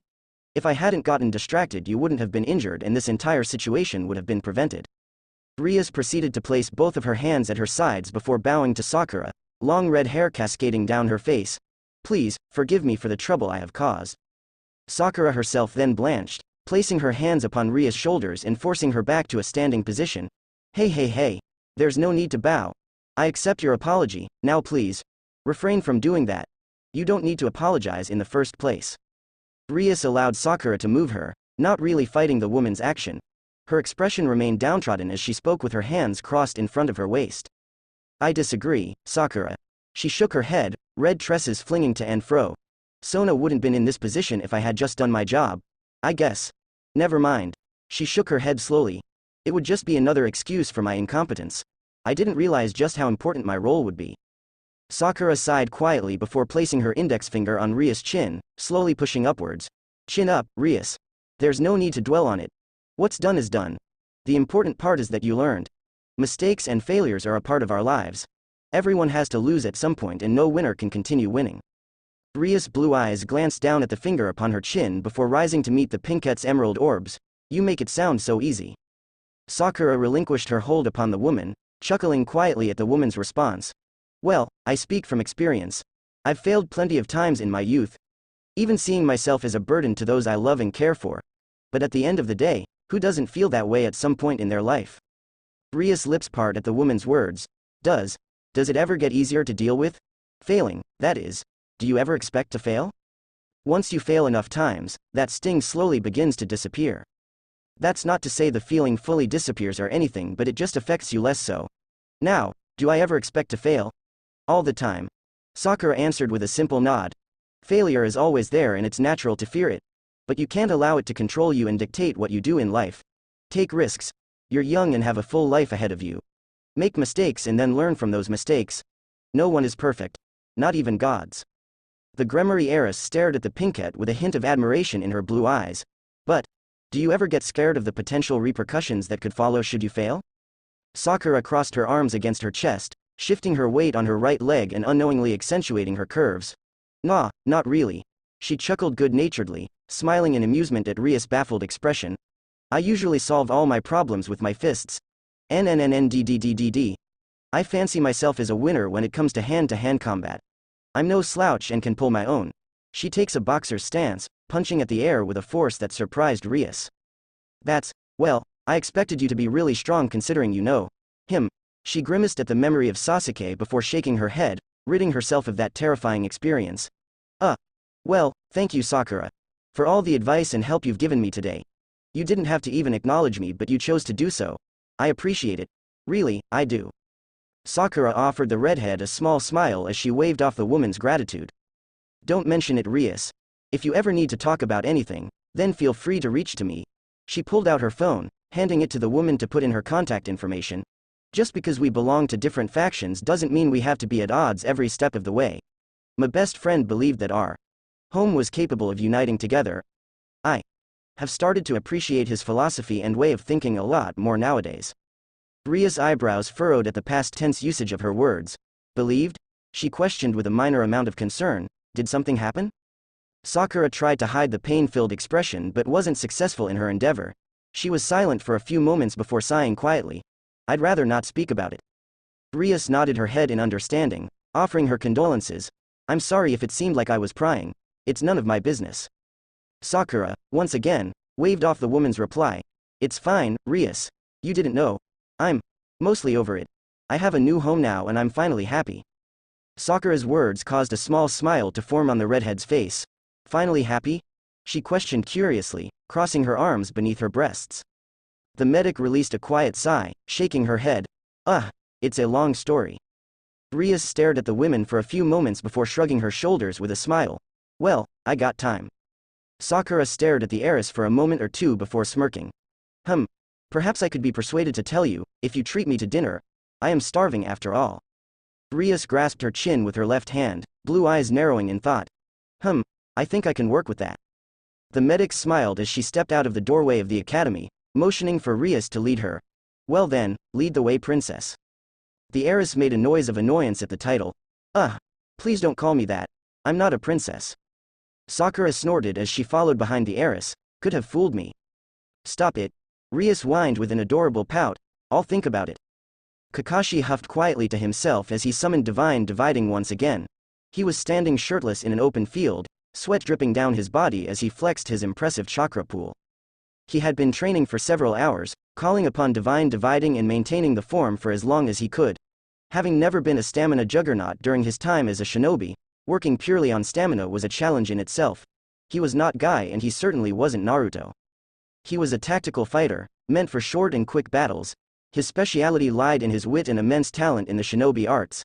And while he had fought for several days during the war, he had also been given chakra several times throughout the war. Fighting multiple powerful shinobi and then going on to fight multiple Jinchuriki, Obito, Jubi monster-like creations, Madara, and then Kaguya. So it's not like he didn't possess stamina, but unlike Naruto, Sasuke and Sakura, who all had gifted levels of stamina, he was pretty average. Or as average as one could be when fighting in a 3-day-long war with no food or rest. Kakashi held himself to a high standard. He was a perfectionist and anything less than perfect was a failure. It didn't matter if he could stay on his feet for 3 days straight, fighting for his life against multiple world-ending threats. He wouldn't have been able to do it for 4 days, and that's what really mattered here. Your drive is admirable, but even you need some rest, partner. Kakashi huffed, sweat dripping down his features. Not good enough, Albion. I need to master this power. He stood to his full height, turning his gaze upon the multiple yokai lined up to aid him. Again. The dozen or so yokai nodded their head before performing several Ujutsu attacks and allowing the techniques to merge together. The amalgamated Ujutsu technique rocketed towards Kakashi's position a second later. Divide. The masked Jonin cried, dividing the attack, expelling the excess energy and causing several shockwaves to detonate from his position. You're a true natural, partner. Albion comments respectfully. However, if you continue on this path then you will only hurt yourself. You need to rest, partner. There will be plenty of time to master my abilities. There is no need to rush. Kakashi huffed once again, hands coming to rest upon his knees. His sacred gear flickers before disappearing back into his body. Damn it, he muttered frustratedly. I need to get stronger. Why, partner? For what reason are you pushing yourself so far for? Kakashi's eyes narrow as he thinks about his 3 students that surpassed him. How they had put their lives on the line during the fight with Kaguya and how he had been forced to sit on the sidelines, watching as they struggled. He had only been able to aid once during the fight, using both of Obito's Manheku's Sharingans to summon a perfect Susanoo. And though he had aided in the defeat of the rabbit goddess, he couldn't help but feel inadequate when compared to his students. He didn't envy them or feel resentment or anything of the sort, but he just felt useless. Kakashi had felt like a burden to them during the war, as if he was only in the way. He knew it was illogical to compare himself to someone like Naruto and Sasuke, but even when paired with Sakura, her mastery of the 100 healings jutsu allowed her to surpass her limits, rivaling Tsunade and even surpassing the woman's strength. I don't wish to be a burden to my students. I want to help them, he revealed quietly, dropping to his bottom with a quiet grunt. I need this, Albion. If only for my own sanity. The dragon was silent for several seconds before eventually grunting quietly. Very well. Let us continue, partner. Kakashi sighed quietly, a small smirk forming on his masked face. Thank you, Albion. Do not thank me. The dragon grunts quietly. Get stronger, for your family. The Jonin chuckles, rising to his feet and flexing his chakra, summoning Divine Dividing. Let's go. A melodious giggle escaped Rias as she dipped a French fry into ketchup. Her other hand was covering her mouth, desperately attempting to rein in her laughter. Wait. Another giggle escaping her. So you're telling me that he not only managed to incapacitate the leader of your village but he did it while transforming into a naked woman? Sakura tried to staunch her laughter as she took a sip from her cup. She failed, obviously, but managed to prevent anything embarrassing from happening. Yes he did. A fond smile overcame Sakura's features as she continued. Naruto is an interesting man. I've known him for most of my life. He's a brother to me. I would go to hell and back for him. But there are times where I just want to wring his neck. Rias giggled once more, taking her French fry and placing it in her mouth. He sounds like a good guy. Yeah.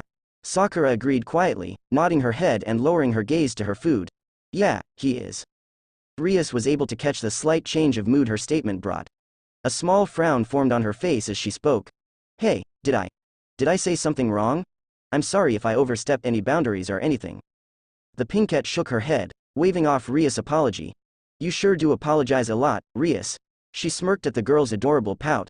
No, it's not that, it's just. I wasn't the greatest friend to Naruto despite our long history together, and I'll be the first to admit that. I've grown a lot since being that immature child I was years ago, but sometimes, I can't help but lament on my past. It's a bad habit of mine. The Gremory was silent for a few moments, twisting a French fry between her fingers. Well, what matters is that you're a good friend right now, right? From how you speak of him, he sounds like a really good guy. Maybe he sees it differently. Sakura cracked a crooked smile. I'm sure he does. Naruto has a unique outlook on life and is a rather pure man. The compassion he has, it's something that many of us lack. We could learn a thing or two from him. Rias dipped another fry in her favorite condiment, placing the food in her mouth and idly chewing away. A comfortable silence descended between the two women as they continued to eat their Western-inspired meal. It was apparently a very popular fast food chain that had spread across America before going international after major success, now being nearly $1 trillion corporation. So, what do you think of the food? Rias asked curiously, eating another fry. Greasy. Sakura answered simply, taking a bite out of her burger. I mean, I guess it's okay. Terribly unhealthy, that's for sure. Rias snickered quietly as she popped a chicken nugget into her mouth. It isn't supposed to be healthy. It's marketed as being convenient, and what's more convenient than a full meal made in less than 5 minutes? Well, the redhead made a good point with that. True. Sakura acquiesced simply. Could be a bit healthier though. She grumbled quietly, taking another bite of the burger. The Gremory heiress snickered once again. You're really adamant about this, aren't you? A small pout made its way onto her face. I was studying to become a doctor in my old home. A small lie, but a relatively harmless one. It's habitual of me to critique things like this. I can't help it. Rias smiled as she wiped her fingers clean with a spare napkin. I think it's cute. Cute? The medic questioned with a strange expression upon her face. Yeah, cute. Rias affirmed with a nod. You're a very cute woman. Such simple words. Words Sakura had never really heard before. Having grown up her entire life with a twisted view on not only herself but of her surroundings, it was different, especially by a woman of all things. Rias didn't really strike her as the type to play for the other team, but she also didn't really know her either, and she could have just been calling her cute to tease her. It didn't necessarily mean anything deep. But still, Sakura found it nice to be complimented, even if the manner was that of a teasing nature. So, I'm cute then, yeah? Sakura questioned with half-lidded eyes, placing her elbow on the table and leaning her head upon her hand, staring directly into Rias' eyes. Two could play at that game. The Gremory heiress stared at Sakura's expression with widened eyes. Well, you know. She awkwardly explained. You just have that aesthetic, ya know. Ahem. Yeah.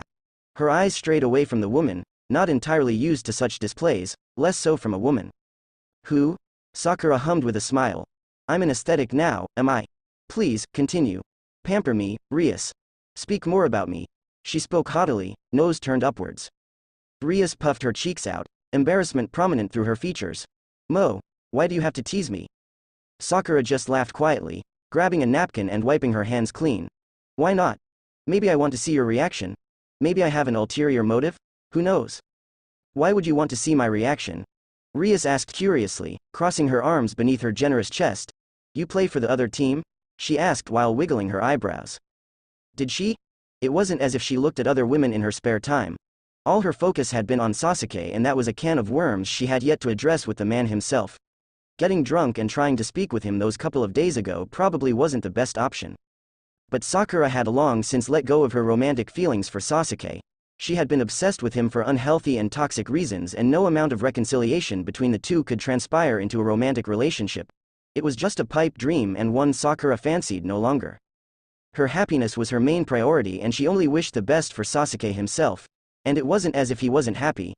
Sasuke had been less tense with Kuroka now roaming the compound they stayed at, and he seemed more at ease with the woman around. If she made him happy, then that's all really mattered. She and Sasuke may never have had a true future together, but he was still family as far as she was concerned. She loved him just as she loved Naruto and Kakashi, only less so romantically and more platonically. Well, Sakura started slowly, genuinely thinking about Rias' question. I can't say that I do, but I also wouldn't rule out the possibility. I guess I'll just have to experiment then, won't I? Rias ignored the woman's rather suggestive tone about experimenting. You don't have a preference? She asked curiously. Sakura furrowed her eyebrows, leaning back into her chair. Well, I'm pretty sure I lean towards men more, but the idea of being with a woman doesn't really bother me, per se. I mean, at the end of the day, all that really matters is if I'm happy with the person I'm with. The heiress nodded her head at the answer. She wasn't necessarily wrong. If the person made you happy, then why did gender matter? Of course, there was always an extent to these levels, such as if a child made you happy and that was just outright disgusting and vile. You raise a good point, she mumbled quietly, eyes narrowing in thought. She was quiet for a few moments as she debated her next question. It was a stretch and could completely backfire, upending this new friendship. And while that would suck considering Sakura was her superior to some degree, she needed help. Sakura. She finally spoke, gaining the necessary courage to speak up. Is it okay if I tell you something personal about myself? The medic furrowed her eyebrows at the abrupt change. Sure, Rias. What's up? Rias took a deep breath, calming her nerves. I want to preface what I'm about to say first. That being that in no way, shape, or form am I trying to manipulate you or lead you on or anything like that. She placed her hands on the table, staring down at her conjoined fingers. What do you know about devil marriages? Sakura furrowed her eyebrows, slightly taken aback by the statement. Well, not that much to be honest. I do know that a lot of pure devils died during their civil war. So, to prevent their bloodlines from dying out, Ajuka Beelzebub created the evil pieces system that allowed individuals of any race to become a reincarnated devil. But I'm guessing that isn't really relevant to your question? Sakura, however, was surprised when Rias shook her head. It is relevant. To keep the pure blood from dying out, many heirs and heiresses were forced into marriages at a young age, bound by a contract signed by the parents. In doing so, it prevents us, the heirs and heiresses, from finding someone we wish to be with. The medic furrowed her eyebrows at the redhead's explanation. This was very similar to the marriages of clans back in the elemental nations. While it wasn't as prominent, considering many of the clans preferred to inbreed, a topic for another day, it was still a reality. Some clans wished to keep their blood pure, like the Hyuga, while others, like the Nara and Inuzuka, did not mind mingling outside their clan. I'm going to assume you're in one of these contracts then. Rias released a pitiful sigh, nodding her head. Yes. I have been fighting against this arrangement since I was a child. Searching for loopholes, negotiations, anything that would allow me to break free from it. But I've come up empty every single time. It's so frustrating. She banged the table loudly, anger forming upon her beautiful face. Why? It isn't fair. Every time I bring the issue up to my father, this is for the greater good of our people. I'm sick of hearing it. I deserve better than to be wed to some arrogant jackass with zero social etiquette. How can any parent stare into the faces of their children and tell them they aren't allowed to do what they wish to in life? Her hands balled into fists as tears coalesced in her eyes. I haven't made the best decisions as a child, but I don't deserve to suffer through a loveless marriage, bound by a piece of paper and stripped of my own personal desires. I don't deserve that. Sakura's features softened as she stared at the heiress. Rias was right. She didn't deserve what was happening to her. No one did, really. But there was nothing that she could realistically do for her. Sakura placed a gentle hand stop Rias' own, stroking the back of it with her thumb. Are you positive that there is no alternative? Have you exhausted every available option? The redhead used her other hand to scrub at her eyes, ridding herself of her tears. There are only two options I can really do. The first one is to just kill myself. She shrugged with a self-deprecating laugh. I've entertained the idea of doing so. A grimace set itself upon Sakura's face. For her to be so desperate that she'd resort to suicide just to prevent this marriage from occurring. Rias shook her head sadly, blue eyes falling to the hand atop her own. I can't do that though. My peerage means the world to me. I can't abandon them. I love them like family. She released a heavy sigh, placing her other hand atop Sakura's own. My only other option is a raiding game. And while I'm confident in my peerage, I know a losing battle when I see one. My fiancé has a full peerage on top of being one of best fighters of our age group. He has dozens of raiding game matches under his belt and my peerage lacks experience. It'd be suicide. But it's currently my only option now. I can't run from this anymore. Sakura continued to stroke the woman's hand, providing what little comfort she could. Why tell me this? Not that it really bothered her, but she could sense that there was something Rias obviously desired from her. The Gremory heiress was silent for several moments, staring at their conjoined hands. Can you help me? She raised her eyes towards Sakura, desperation and hope evident. Please? I'll do anything. Anything. Just please, help me. Sakura grimaced at the request, knowing a problem when she saw one. Nothing good could from her aiding Rias in this endeavor. This was something between two pure-blood devil pillars. She was a member of the yokai faction. A yokai faction that was currently at odds with the devils. Rias. She spoke softly. What can I do to realistically help you? We're from opposing factions and you're in a binding contract. If I even entertained the thought of helping, it'd cause nothing but problems. Rias, I feel for you. Truly, I do. But there is nothing I can do to aid you out of this. This issue is bigger than you realize. Instead of being discouraged by Sakura's words, Rias' resolve only seemed to get stronger. You think I don't know that, Sakura? I've read every single line of those documents more times than I can even count. I can recite it word for word to you right now. But I have an idea. It's a long shot and it could totally fail. But I have to try. All I ask is that you hear me out. Please, will you please just hear me out, Sakura? Sakura's uneasy expression only seemed to grow deeper as she stared into Rias' eyes. Was she really entertaining the thought of helping Rias through this? Curse her damn bleeding heart. Why did she have to be such a good person? Okay, she bit out in exasperation. I'll hear you out. But the second this starts to go downhill, I'm out, Rias. Do you understand me? Rias nodded her head rapidly, a fresh set of tears forming in her eyes. Say it. Say that you understand. I want to hear you repeat it to me, Sakura stated firmly, glaring at the heiress. Rias, once again, nodded rapidly with no hesitation. I understand, Sakura. I promise. A mixture of hope and gratitude surged through Rias' veins as she stared at the pinkette. She allowed her emotions to overwhelm her, leaping across the table and grabbing Sakura into a fierce hug. Thank you. Thank you. Thank you. The medic blanched at the sheer amount of gratitude being shown, not used to having people act this way towards her. She returned the hug, albeit very awkwardly. Hey, calm down. We haven't even talked about it yet. Rias ignored Sakura's protestations, squeezing her as if her life depended on it. In which case, it kind of did. Sakura could be the key to her happiness. She could solve everything. What a joyous day. Rias, come on now. I need to breath, she huffed, trying to push the redhead off her. Cami, she was stronger than she looked. Your giant-ass boobs are suffocating me, she cried angrily, cheeks coloring a soft shade of pink. And once again, Rias ignored her. Kakashi believed himself to be a reasonable person. On the outside, he was an aloof and reserved individual, preferring the quiet and reading his erotica, but on the inside? That was a can of worms he had chosen to lock away, swearing to bottle it up and ignore it for as long as possible. Could he be blamed for it? No, his descent into madness and despair had begun with his father's suicide at just the tender age of 5. Throwing himself into the shinobi way and following the path strictly adhered to by only veteran shinobi had harmed him more than it helped. He had been a dull child, one tempered by the blood of men triple his age. Unparalleled potential and intelligence and blessed with talent. Talent that he honed to near perfection upon his later days when in the Anbu. But that raw talent, potential and intellect had clearly come at a cost. For every skill and jutsu he mastered was an ally that perished. For every mission he completed was another nightmare to haunt his dreams. And for every shinobi rule he followed was another comrade that looked at him in disdain. Kakashi's life had been a hellish one and every decent moment was smothered by that accompanying cloud of anguish and pain. And just when he thought it couldn't get any worse, life would bitch smack him.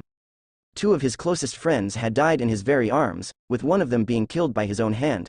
Not even a year later he'd go on to lose the man he'd call a father figure alongside the only woman he'd allow to pinch his cheeks. Pain and torment was ingrained into Kakashi's very veins, running rampant like Novocaine. It was a miracle that his mind hadn't completely cracked. Though that could be due to his Anbu conditioning. Things only affect you when you let them. Those had been the words of his superior when he had first joined the ranks and Kakashi had taken them to heart. After all, you couldn't hurt if you couldn't feel. It was obviously an irrational philosophy and only prolonged the inevitable mental breakdown he'd suffer through, but Kakashi honestly didn't care. He had baggage and he most certainly had skeletons in his closet. Now if one were to ask where that particular key was, well, Kakashi didn't really know anymore. He had built thousands of mental walls and fortified them with concrete and cement. He liked to believe himself made of stone, but he knew that he was just one bad experience away from collapsing. He'd always run from his problems instead of facing them. Hell, it didn't take a genius to really see it either. Kakashi was willing and ready to sacrifice his life for Naruto and Sasuke during their bout with Kaguya. Anything to provide aid and be absolved with all the mental anguish that came with living. But of course, Obito had to fuck up his plan. Damn bastard just wouldn't let him die. Come on, he was nearly 30 years old. His time was coming soon. But Obito intervening had done some good. It allowed him to get a taste of the power that Naruto and Sasuke wielded. It was an addicting substance, and the fact Naruto and Sasuke used theirs so sparingly was damn telling of their character. Those with grand and majestic power would one day choose to use that said power. Whether they be for good or evil was subjective. Power was the root of all conflict, just behind love. Truer words had never been said, and while Kakashi had agreed, at least on a surface level, with Madara, he wasn't entirely keen on believing the entire world to be incapable of rational thought. Kakashi was far from a nihilist, but he couldn't deny the merit of going with the flow. What was the point of truly fighting? One day everyone is going to die. Why waste it being unhappy? It had taken far too long for Kakashi to come this kind of thinking, but it allowed him to rest easy and take most things with a grain of salt. Of course, not every problem could be solved with a simple, "it is what it is," but it at least helped with the smaller stuff. Daydreaming, Kakashi-san, Yusaka quipped in amusement, making her way towards him. He had been daydreaming, hadn't he? What was supposed to be a simple stroll through the compound turned into a nearly 2-hour trip down memory lane. Kakashi's eyes sank to the traditional pond, housing a bevy of koi fish and other native Japanese fish. Leaning against the wooden railing of the small bridge he stood upon, he responded quietly. Got lost on the road of life, I guess. Kakashi didn't even bother hiding the sadness behind his words either. Putting up an emotionless mask 24/7 was draining, and he wasn't 16 years old anymore.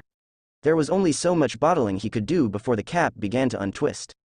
Perhaps it was just one of those days. Yusaka said nothing at first, remaining quiet and silently coming to stand by his side. Her golden eyes fell to the pond beneath them, eyeing their reflections. It's rough, isn't it? She questioned suddenly, tails fluttering slowly. Kakashi didn't verbally respond, but Yusaka could see him gazing at her out the corner of his eyes due to the water's reflection. Of the four of you, you're the one who's the most broken. Kakashi's shoulders drooped, and the significance wasn't lost on Yusaka. The man had been incredibly guarded since day one and rarely, if ever, showed his true emotions. Unlike Naruto, who was as expressive as they came, Kakashi seemed to be his opposite. It wasn't to say that the man couldn't show his emotions, but he hid them very well. One could argue that Sasuke was the one who never showed his emotions, but that'd be incorrect. Kuroka had a way of getting the Avenger to open up, and she most certainly gloated about it. And Sakura? She was nearly the same as Naruto, except she was a little more tame. I've been broken a long time. The wayward shinobi spoke quietly, hands clasping together as he leaned a bit further onto the bridge. I reckon that's not gonna change for a while. Curious. His words said one thing but his tone said another. It was almost as if Kakashi didn't truly believe the words he had spoken. And why is that? She asked curiously. Kakashi's orbs followed a specific koi fish, one that lacked the distinctive colorful traits of its brethren. The gray and black spotted fish separated from its school, swimming near the edge of the pond and making laps. Didn't know you were a therapist. There was a bit of amusement in his tone. At least he still possessed a sense of humor. The Kyuubi idly flicked her tails, watching the schools of fish as they swam. Everyone needs a shoulder to lean on once in a while. Oh, I'm sure they do, he replied distantly, tapping his fingers against one another. Instead of pushing the subject, Yusaka merely nodded her head. She remained silent for a few moments before glancing towards Kakashi. My people tell me you are running yourself ragged. Tilting her head, she questioned him curiously. Why push yourself so hard? Why indeed? It didn't take long for the shinobi to give his response. Feelings of uselessness, I suppose. Despite his rather standoffish demeanor, Yusaka continued to reply. There's nothing wrong with that. Sometimes our best just isn't enough, and when you're at your breaking point, only then do you realize who you are as a person. Wise words, Kakashi supposed.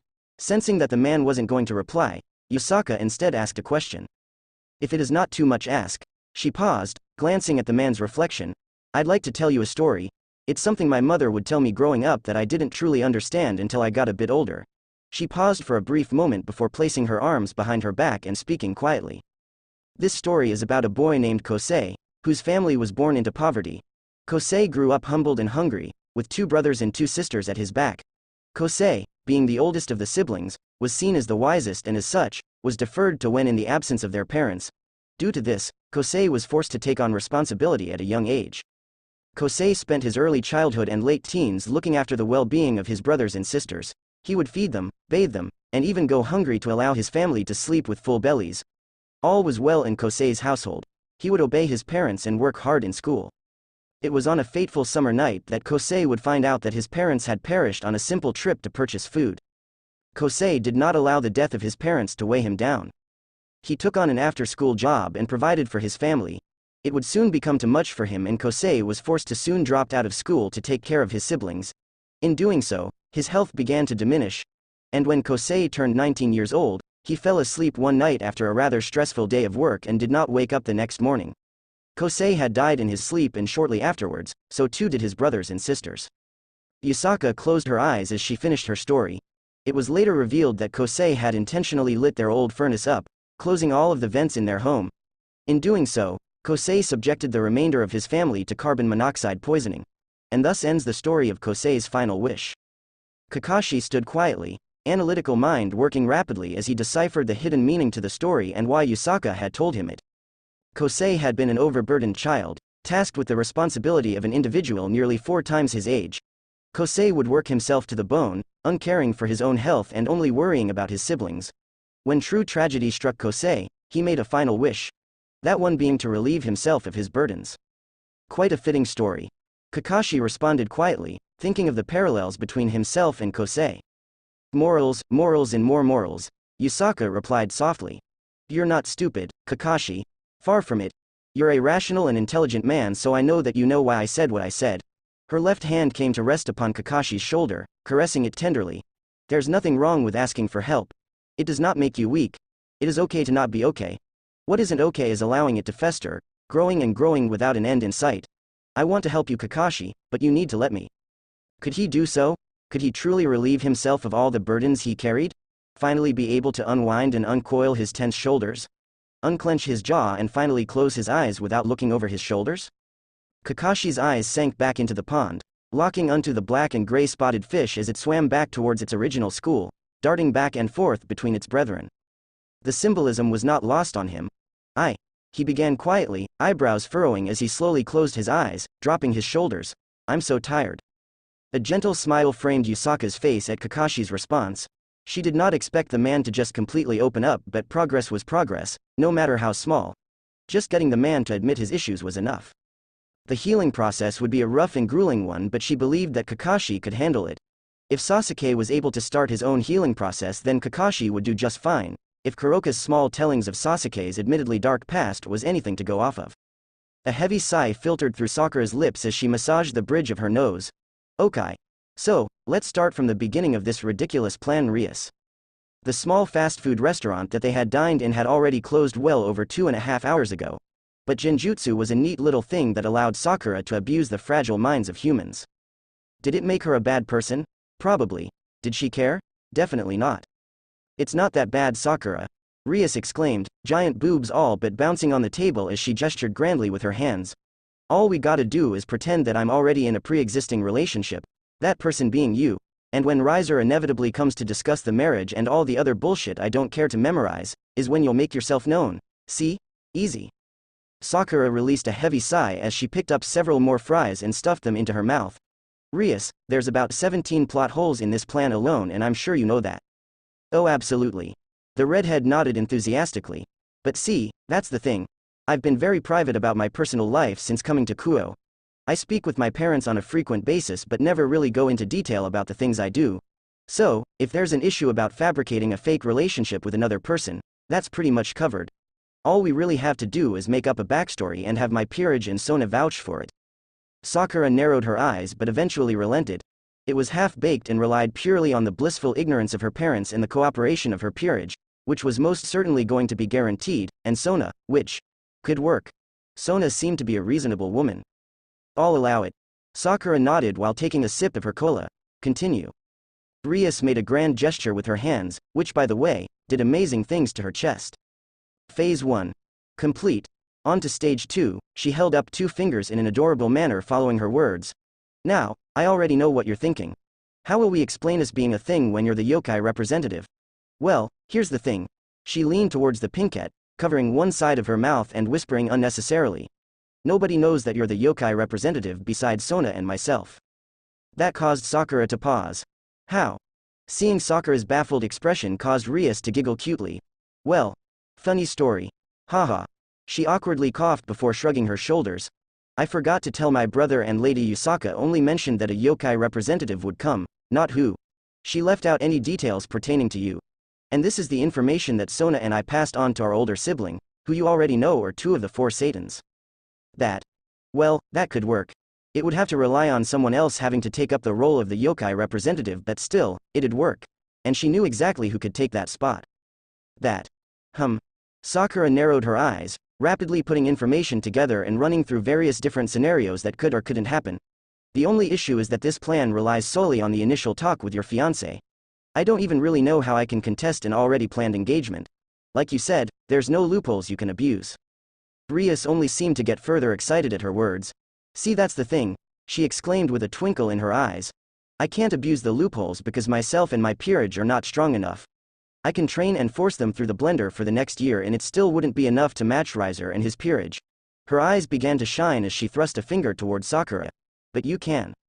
Sakura shrugged her shoulders nonchalantly, taking the praise easily. I mean, I'm pretty strong. What is Riser? High-class devil. Rias nodded. I'd easily destroy him. The medic responded with a lazy shrug. I know the Phoenix have some kind of immortality thing and can regenerate fast or whatever. But that just means I get to punch him more.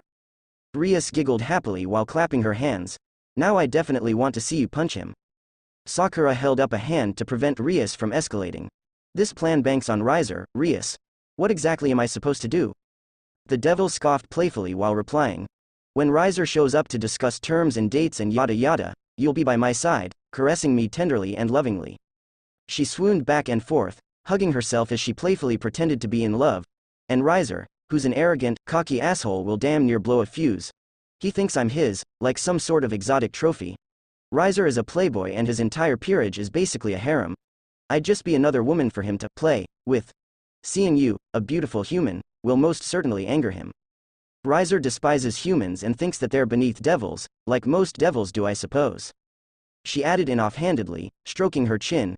So, there's no doubt in my mind that he'll try to start something the second he sees you. Hell, I'm even confident in saying that you won't even have to do anything other than just state you're my girlfriend or something. He's gonna throw a fit and do something reckless or stupid. If he does, all you have to do is challenge him to a rating game in my place. When you win, I'll be free.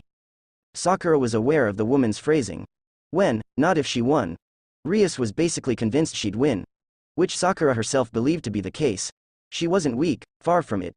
Her power had only steadily increased since coming to this world. That wasn't even taking into account the sacred gears she now wielded. But why was Rias so convinced that she could win? It wasn't like she flaunted her power like Sasuke did. And while Sakura boasted a stupid amount of chakra in her seal, it wasn't like Rias was skilled enough to truly sense it. Why are you so confident that I'll be able to win against Riser? Sakura questioned curiously, tilting her head with furrowed eyebrows. It's not like I've shown you my power or the things I can really do. Rias tilted her head, confused expression on her face.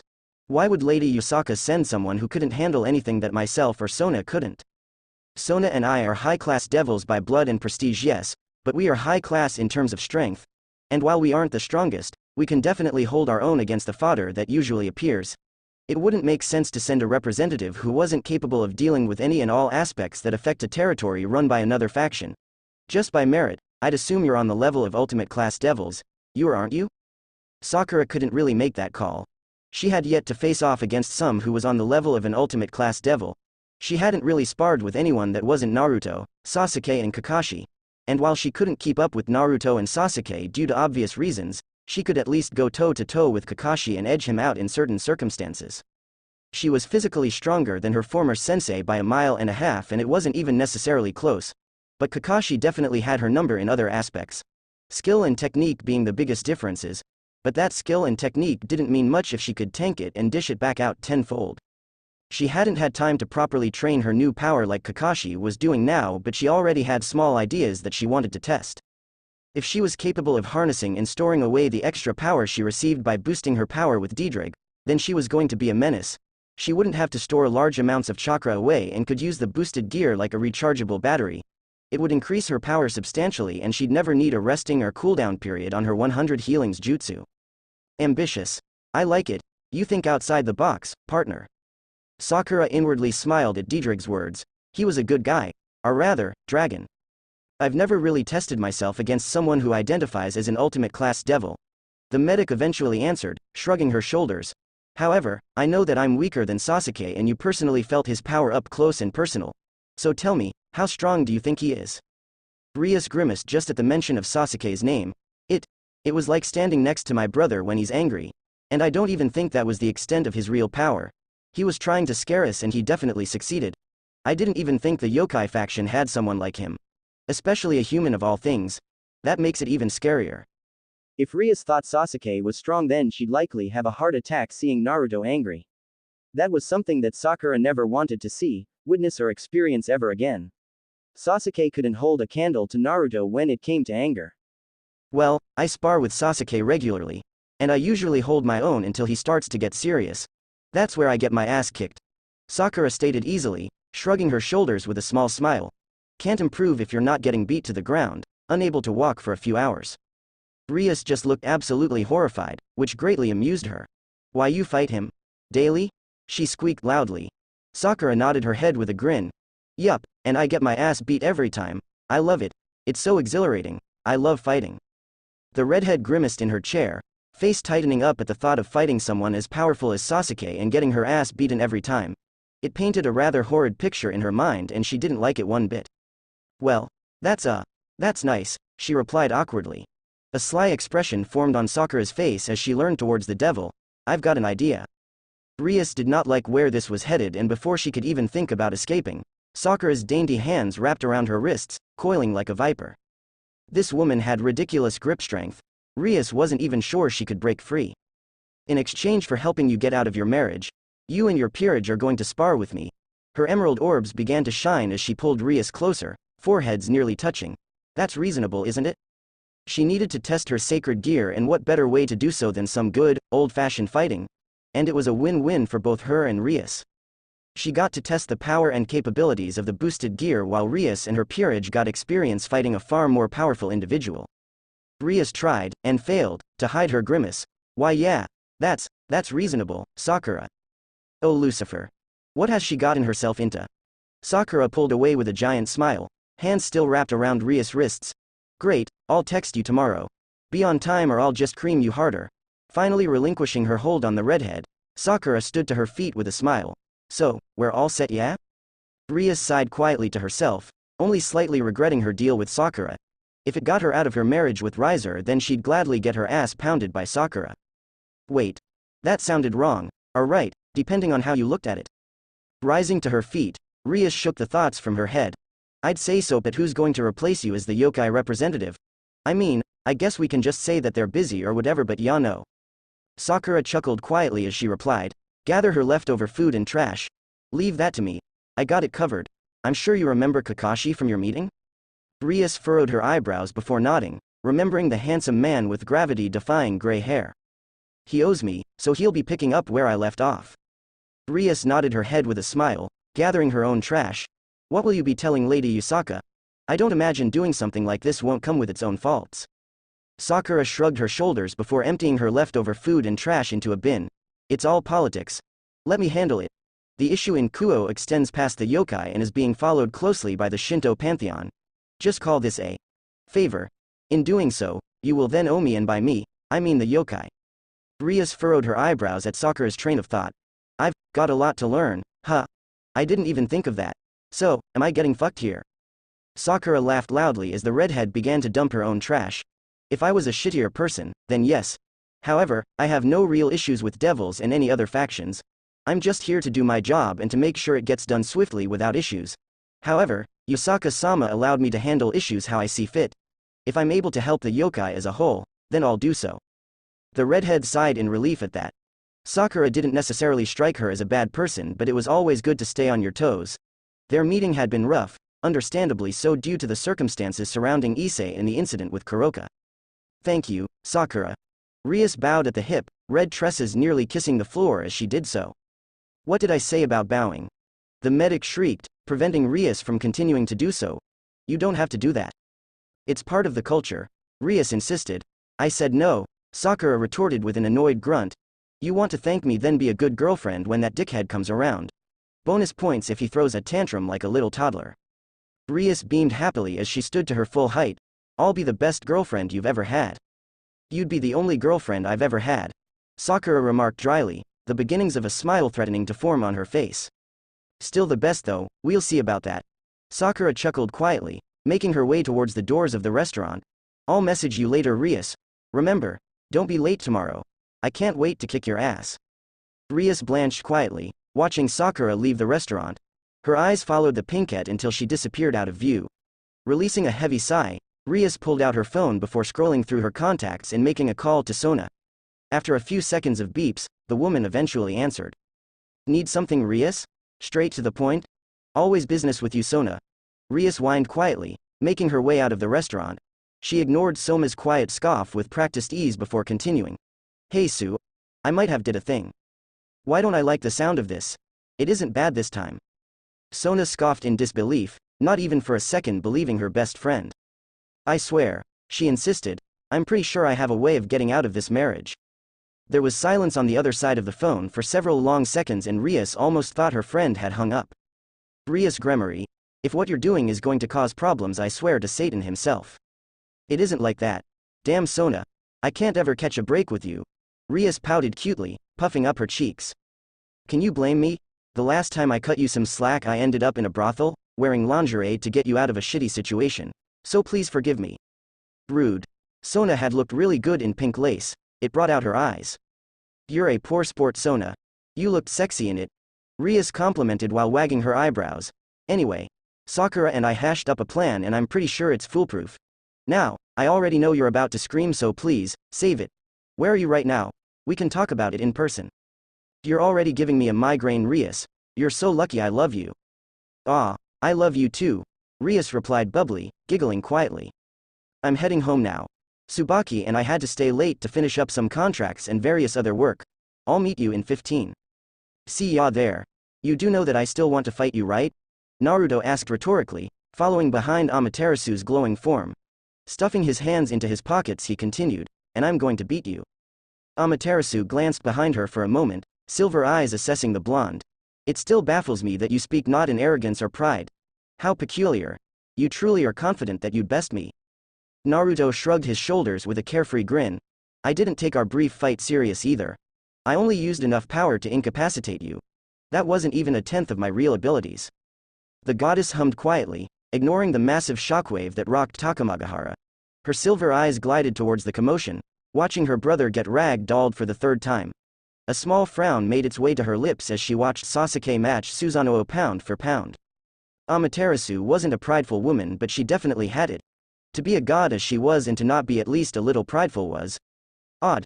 If Sasuke could best Susanoo at his strongest, then what of Naruto?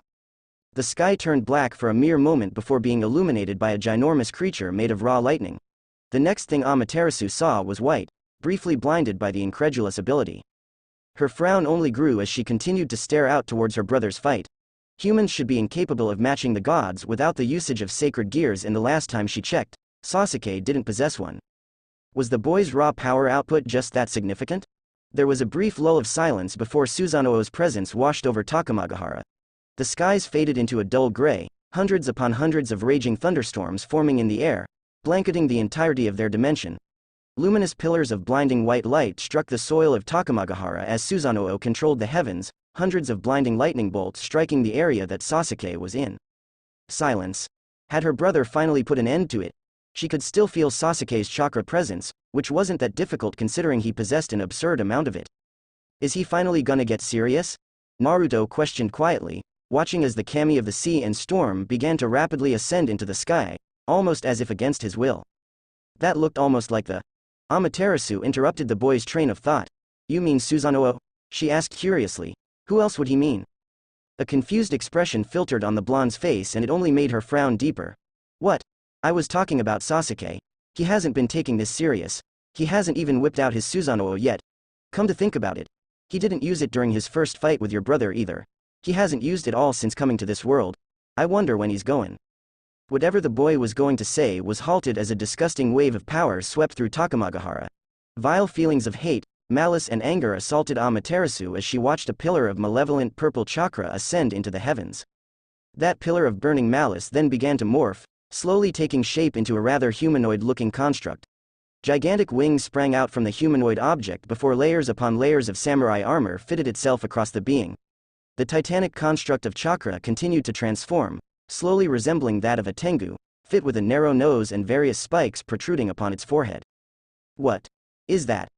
Amaterasu found herself asking, her eyes roaming along the colossal titan that stood nearly 500 meters from the ground. That is the perfect Susanoo. Naruto explained simply, tilting his head with a lazy smile. And it isn't even the strongest version he could use. Back when we had our final fight, Sasuke absorbed the power of all the Biju and used it in tandem with his Susanoo. Amaterasu only really understood the gist of what Naruto was saying. She didn't know what a biju was, but if it aided in making the team stronger, then what was to be said about Naruto himself? He had bested Sasuke at his strongest. Would her brother actually lose? I wonder what he's going to do. Naruto trailed off quietly as his eyebrows slowly raised. He wouldn't. He wouldn't what? Amaterasu snapped her gaze to Naruto to question him before the entirety of Takamagahara began to shake. Violently. As if the entire dimension was on the verge of collapsing unto itself. Panic briefly surged through her veins before she saw it. Chibaku Tensai. Sasuke uttered quietly, ignoring the violent quaking at his Susanoo's feet. He watched as the Kami's body was sent hurling into the sky, rubble the size of small mountains rocketing into the air to smash into the Kami. He'd give the man his dues. Susanoo was a formidable opponent who countered nearly half of his jutsu arsenal, evident by when the man had completely nullified his Kirin. The man hadn't done so during their first bout, but Sasuke assumed that the man didn't have absolute control of lightning in his mortal form. That or he couldn't do so because Sasuke's first Kirin had been made using chakra instead of natural lightning. Even now, the Kami was firing off ginormous blasts of condensed lightning, ripping and tearing at the debris being hurled towards his body. It wouldn't matter. He'd be buried in a satellite soon enough. Mountain-sized rocks careened through the sky, smashing into Susanoo. The man continued to be smashed and buried, growing larger and larger with each second that passed. When sweat started to form on Sasuke's forehead, he released the hand signs, leaving what resembled a tiny moon floating in the sky. Minor trembles led him to the conclusion that Susanoo was still trying to break free. Which was begrudgingly impressive, Sasuke had to admit. The sheer mass of this sphere could taper even the biju, and yet Susanoo was still causing it to shake. He would have left it there if Susanoo had been well and truly trapped. But if the man insisted on struggling, then he would give him what he wished for. Sasuke's Rinnegan flared and rippled as black blood began to seep down his cheek. His gaze swept through the area, landing upon the giant astral ball of debris and earth. The humongous sphere was then covered in the black flames of Amaterasu, seeping into the crevices while being directed towards the epicenter. Sasuke continued to spew the flames of Amaterasu upon the satellite before releasing a quiet huff and shutting his left eye. He rolled his neck once before glancing down at his left hand. A vicious wave of chakra exploded out of Sasuke's Susanoo as lightning began to crackle upon its left hand. The ear-piercing shriek of the Chidori screamed into the heavens, deafening Takamagahara with its cries. Sasuke's Rinnegan pulsed once more as black flames formed upon his Susanoo's hand, coating the Chidori with Amaterasu. The cries of the Chidori only seemed to get louder as the black flames wafted off of his Tengu-looking titan. Sasuke took in a single breath, body relaxing. His eyes fluttered shut for a moment as he bowed his head. He remained motionless for several seconds before abruptly snapping his eyes open. Takamikazuchi no Kami. Naruto's eyes widened as Sasuke and his Susanoo practically vanished into thin air. Knowing what was about to happen, the teen donned himself in the cloak of Kurama, protecting his body from the inevitable backlash of his friend's incredulous jutsu. Kurama's golden chakra expanded, forming what appeared to be a unique fox-shaped head. The entity then covered Amaterasu, forming what appeared to be an almost protective barrier around the woman. Amaterasu's eyes widened as she was covered in what could only be described as the sun itself, such was the warmth and glow it emitted. She would have questioned Naruto's abrupt decision before the shockwave rolled over them. The sheer power and force that crashed into her caused her breath to hitch. The devastation, the aftermath, the power. Burning debris coated in black flames licked the sky, raining ebony meteorites the size of mountains. Takamagahara cried out angrily as it felt the weight of Sasuke's power.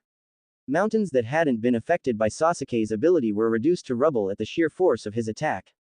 Amaterasu could sense the dozens upon dozens of Kami who hadn't been quick enough to shield themselves. Their life forces being snubbed out of existence only to reform once again. A vicious cycle that continued to happen as Sasuke's attack had yet to truly settle. Was this the true extent of their power? She could still sense Susanoo, but he had been forced to reform. A human had forced a god to reform on their home turf. And not just any god.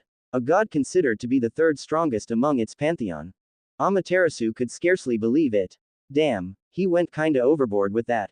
The goddess's gaze snapped to her companion, nearly forgetting that Naruto was there due to her shock. You okay, Ama-chan? He asked with a small frown, sensing her conflicting emotions. Amaterasu did not answer, gaze flicking back to where she could feel Susanoo reforming.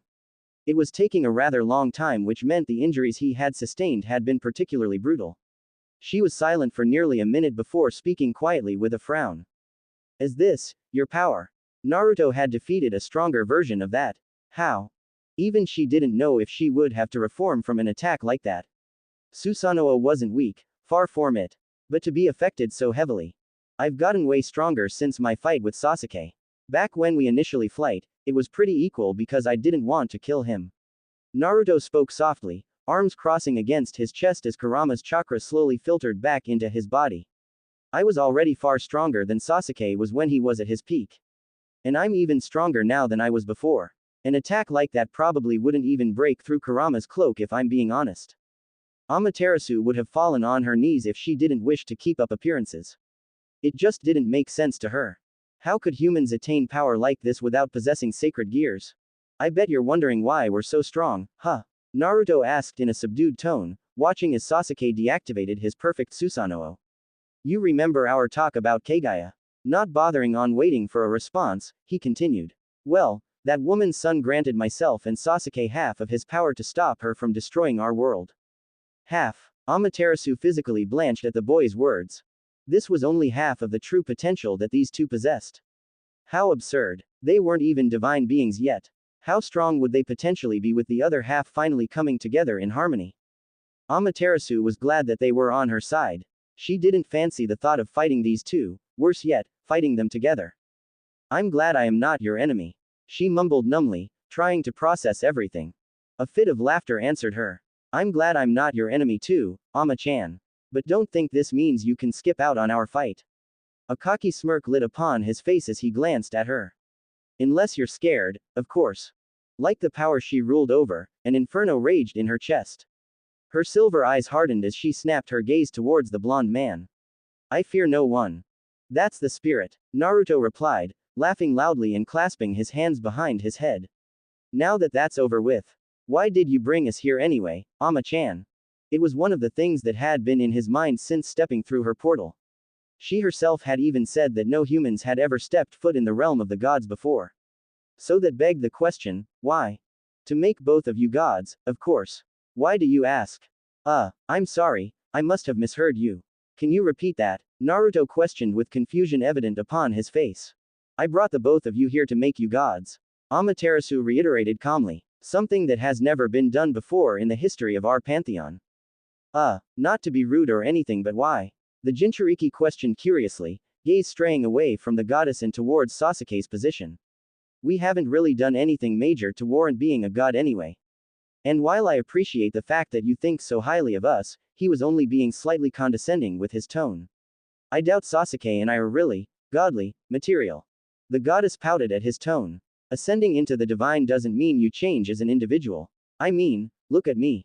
She exclaimed childishly, hands upon her hips. I'm one of the oldest kami in the Shinto pantheon and I still act like a child. While true, it didn't really help her case. The goddess was slightly cracked, but so was he and Sasuke. Again, I think the sentiment is nice, but it just doesn't seem like something that'll fit Sasuke and I. Naruto explained slowly, choosing his words carefully. That's far more responsibility than I would like to have. You also said it yourself, being a god comes with its limitations. I prefer doing things on my own, and while I have no problem following orders and stuff, I'd prefer to move at my own pace. Amaterasu's eyebrows raised in surprise at Naruto's blatant refusal. But think of all the benefits. No longer will you be human. You can become whole again. A small frown marred the boy's face as he placed his hands into his pockets. What if I prefer being human? What makes you think I'm not already content with who I am? No offense, but I'm not going to change what defines me just for some extra power. And I highly doubt that Sasuke would accept. And why is that? The goddess questioned with a frown. Because being a human kept me grounded when the world fell apart at my feet. Naruto and Amaterasu's gaze swiveled towards the newcomer's voice. Appearing only several feet away, Sasuke slowly made his way towards the couple. I also don't wish to be bogged down with unnecessary rules regarding how I operate in Japan. There are potential threats beyond just that of Japan and its natives. Threats among the other various pantheons and gods. If there is an issue, I want to be able to handle it without being restricted in what I can or can't do. Amaterasu's face scrunched in frustration as she gestured with her hands. Which is exactly why you should become gods. There are threats that are greater than you and I. But you can't deal with them as you are. You are only human, and humans cannot kill gods. And those with sacred gears who have done so? Naruto questioned with a raised eyebrow. Repeat what you just said. Amaterasu retorted with a huff. Humans with sacred gears, and not just any sacred gear, can slay a god. Only the 13 Longinus class sacred gears can do so. The human themselves are just the battery in which the sacred gear operates. All sacred gears have been blessed by the power of the biblical god, but that doesn't mean that every single one of them can just kill a god. Without pure and unfiltered divine essence, you cannot kill a god. Sasuke glanced at his friend, placing a hand into his pocket and shrugging. Then we'll just get some Longinus class sacred gears. Amaterasu released an angry huff, gesturing wildly with her hands. You'll just get one. Do you not understand how ridiculous your words are? You cannot just get a Longinus sacred gear. It doesn't work like that. The Uchiha shrugged once again, relishing in the goddess's annoyance. I beg to differ. Aren't you aware that the Shinto pantheon has one of the 2 heavenly dragons in its clutches now? You do know that I have the ability to take sacred gears, don't you? And if I can take a Longinus class sacred gear, then I can take them all. Amaterasu's face slowly morphed into shock as she stared at Sasuke. What? When? What do you mean you can take sacred gears? And when did you take one of the heavenly dragons? She asked in confused bewilderment. How had this slipped past her? She would have surely remembered hearing something like this, considering both the boosted gauntlet and divine dividing were 2 of the stronger Longinus. Naruto himself even seemed confused at her reaction. Wait, you didn't hear about this? He glanced towards Sasuke, who also seemed relatively confused at her outburst. When Sasuke and Kakashi visited Kuo, they ran into the divine dividing user. They were killed and Sasuke then gave the sacred gear to Kakashi. Why wasn't I privy to this information? The goddess all but screamed. Naruto and Sasuke glanced at one another with furrowed eyebrows. We told Yusaka-chan about it and she said she passed it on. Are you sure you didn't receive the message? I was there when she sent it. Naruto questioned in slight concern. This is news to me. She exclaimed in frustration. Are there any other things I've been unaware of? Naruto clicked his tongue quietly. Other than Yusaka's daughter being targeted by an infamous assassin, one ordered by someone in her inner council, then no. Kuno-chan was targeted by an assassin. Amaterasu practically screamed. Stop yelling. Sasuke snapped in annoyance. What the hell is going on? Are you that incompetent as a leader that news of this level floats underneath your radar? Sneering quietly, Sasuke shook his head. Though it would not surprise me. You gods seem more arrogant than Kagaya herself. Watch your tongue, boy. The goddess snarled angrily, eyes glowing fiercely. Or what? Sasuke challenged back, Rinnegan flaring in response. Both of you stop it. Fighting isn't going to solve anything. Naruto interjected, flaring his chakra in annoyance. Cut it out. Both Amaterasu and Sasuke relented with minor huffs, tensing at the weight of Naruto's chakra. Seeing that both individuals were quailed, Naruto released a frustrated sigh. How is it possible that you have not received these messages? Yusaka tells me that you and her are very close, and by your reaction to the assassination, it's safe to say you clearly care. Could there be gods working against you? Amaterasu vehemently denied the question. Absolutely not. Her silver eyes shone ferociously as she slashed an arm through the open air. No one is foolish enough to go against me. Sasuke's arms crossed against his chest as he spoke. You only say that because you're the strongest entity in your pantheon. However, that is no longer the case. He shook his head, gaze turning towards the destroyed and ruined landscape of Takamagahara. Amanozaku wanted to use me, or rather my power, for some unknown reason. You have grown complacent in your realm because you are powerful, but the gods you rule over know that the hierarchy is changing. When 2 humans can lay waste to an entire pantheon, rules no longer apply. Except that you have traitors, so we can deal with them quickly. Amaterasu looked as if she wanted to argue with Sasuke but stopped upon actually thinking over the boy's words. She had been relatively complacent with her ruling in regards to the Shinto pantheon. Political mishaps and minor grievances weren't something she believed meriting betrayal, but some kami were vengeful and petty. Sasuke is right, Ama. Naruto relented with a sigh. As the leader, you need to set a precedent, and while I dislike making examples of people, it's clear that your people have little issue undermining you. You dislike making an example of people.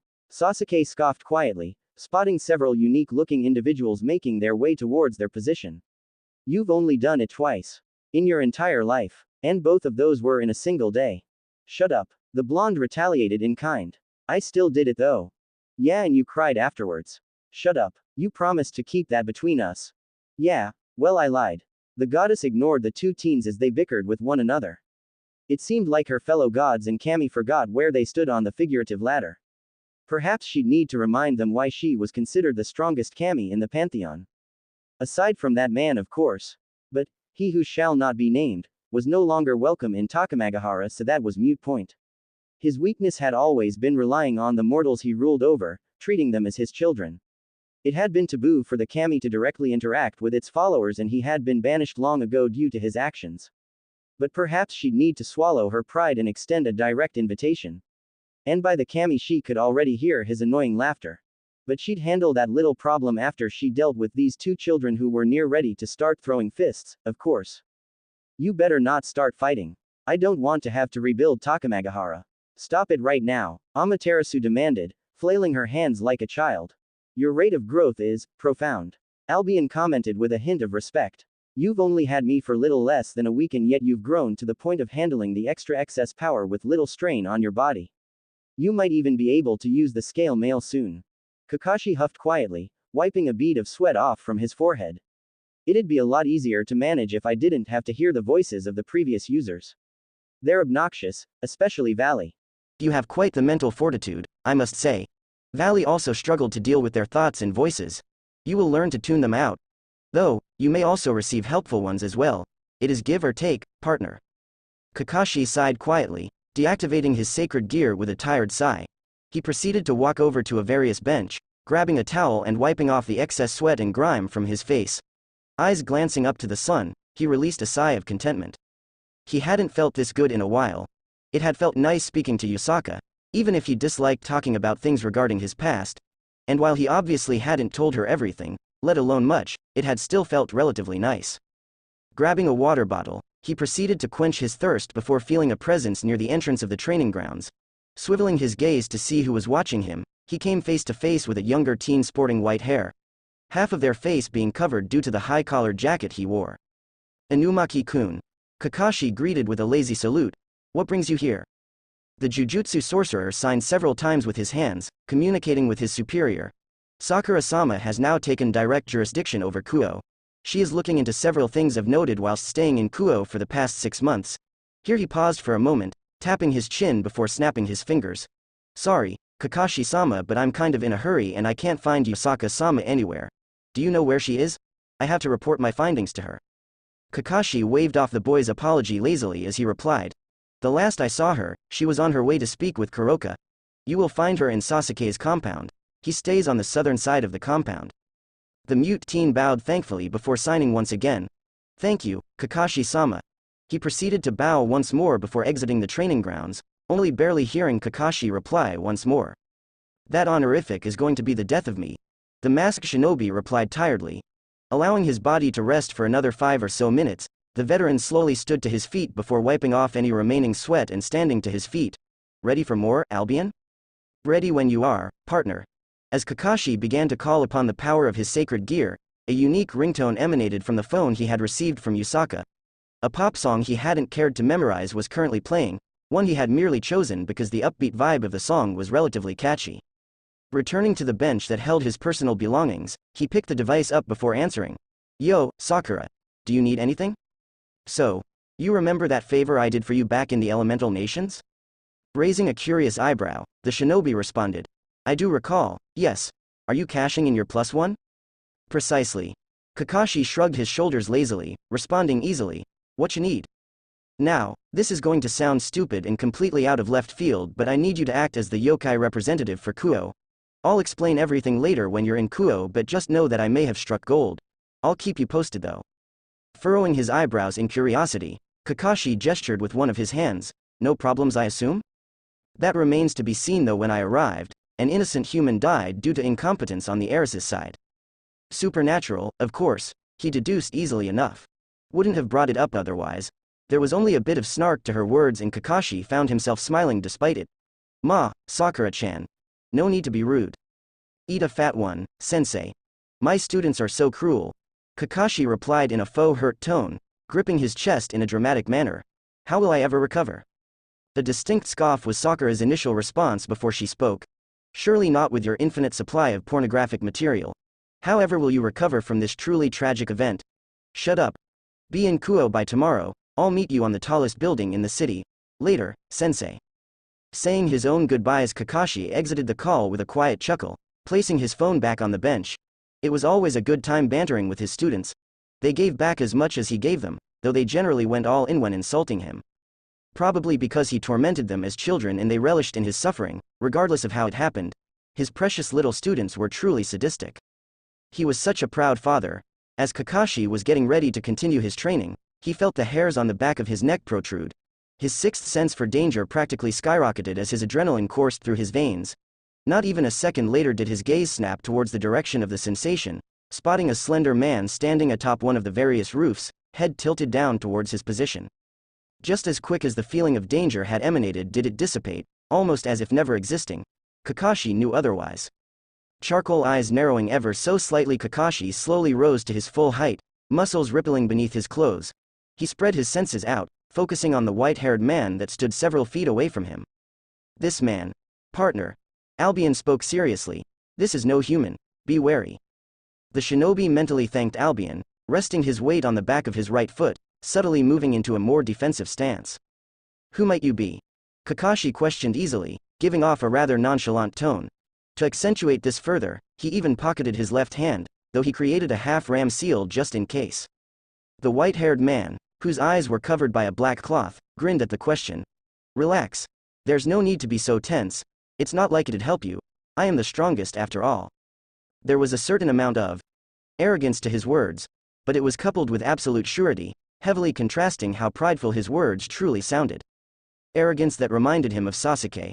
Someone who clearly bellied the power to truly back it up. A brief once over was enough for Kakashi to truly sense the gap that sat between him and the masked man in front of him. If it wasn't one thing it was another. Why couldn't he catch a break? If you're here to kill me, then can I finish my book? Kakashi questioned lazily, other hand reaching into his vest and pulling out his hentai manga. It was getting really interesting. The white-haired man tilted his head and Kakashi assumed that he was staring at his book. Not that he could really tell. The man's eyes were covered by a thin piece of cloth, which oddly enough, made his hair spike up in a similar fashion to his own. Except the man's hair was more disheveled than his own. Is that fella pure, Mitarashi Sankai no Jijo? The white-haired man asked with a hint of excitement in his tone. Kakashi matched the man's excitement with his own giddiness. Correct. It is truly a masterpiece of its genre and the artwork is just. He proceeded to give a chef's kiss, continuing to speak. Amazing. While the plot is similar to many other brother-sister arrow mangakas, this one relies solely on its unique interpretation of fellatio. It is truly a work of art, I must say. The white-haired man seemed to just appear in front of Kakashi, head tilting towards the hentai manga. I've searched everywhere trying to find the physical copies of this series, even browsing the internet for countless hours across multiple days and nights. How did you manage to find one? Kakashi barely even batted an eye at the sudden closeness of the unique man. His shoulders rose in slight pride as he sniffed in a posh manner. I know a guy. The unknown man released a long-winded groan as he placed his hands into his pockets, slouching just slightly. Come on. You have to let me speak to your guy. I need this one. I might be able to pull some strings. Though, in exchange, I'd like to ask just what exactly is a god doing here? You don't match any descriptions of the Cami from the Shinto pantheon, but you're definitely divinity. The white-haired man raised an eyebrow, or at least Kakashi believed that's what he did. Couldn't really tell with the blindfold and whatnot. Oh, me? He pointed to himself nonchalantly, tone rather carefree and upbeat. It's no surprise you haven't heard of me considering the Shinto pantheon banished me years ago. Rather petty of them, if I do say so myself. He released a quiet snicker before offering Kakashi a lopsided smirk. Gojo Satoru, the strongest kami that resides in Japan, at your service. Fit with his introduction was a dramatic flick of the wrist. He was quirky. Kakashi Hataki. The shinobi introduced lazily, nodding his head. If it isn't too personal, why were you banished in the first place? Gojo waves his hand lazily as he replied. Politics that I don't care enough to rehash for the 1000th time. However, I am a Numaki-kun sensei if that makes you feel better. I oversee the sorcerer side of Japan since the Shinto pantheon is too incompetent to do so themselves. He grasped his chin in thought, head lowering to the ground as he spoke aloud. I should probably deal with some of those old mongrels sooner or later. We're in a progressive era these days and stagnation is going to be the end of us. Kakashi remained silent at the man's words. He was just going to act like he hadn't heard the man say he was going to kill off several Cami. Nope. Not a single word was even registered. This was not his business. Kakashi relaxed, if only a little at the man's words. He didn't seem to really hold a grudge against the pantheon, and the fact he was still present in Japan, without causing issues and problems, was telling. Or, he was just so absurdly strong that the pantheon allowed him to do as he wished and didn't see a true reason in trying to antagonize someone with so much power. Kakashi wasn't the best sensor like Naruto was, but he could sense the near never-ending pools of power that lurked at the surface. He was distinctly reminded of Naruto when gazing at the man. And that was saying something. Is there any particular reason you're here in Kyoto? Kakashi asked curiously, pocketing his erotic manga. Gojo stopped muttering to himself about the gods he would or wouldn't kill and pocketed his left hand. Felt some pretty impressive power coming from Kyoto a few weeks back. I'd have visited a lot earlier, but I was helping my disciple. He's currently the vessel of the strongest cursed spirit to ever exist, capable of wiping out the entirety of humanity with little effort. And I'm helping him control its power. Well, that sounded oddly familiar. I can relate, to some degree. The silver-haired man replied easily. Though I was a pretty bad teacher. He wasn't ashamed to admit it. He had been an awful sensei and only really stepped up after Naruto had returned to Konoha from his trip with Jiraiya. He had little involvement in Sakura's success, and Sasuke's growth was mainly from Orochimaru. A failure of a sensei he had been, but his students never held it against him. They should though, at least he believed so.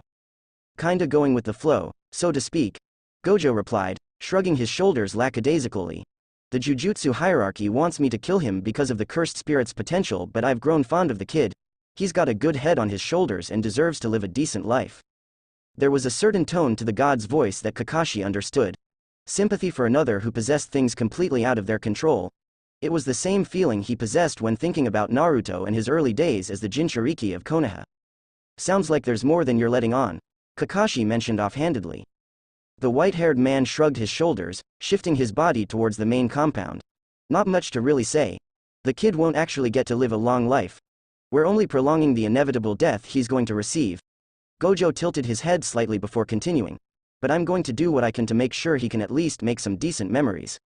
Kakashi nodded his head at the man's words. The best thing we can do for those with nothing is to at least let them experience something, whether it be through memories or materialism. At the end of the day, at least you know you've done all you can.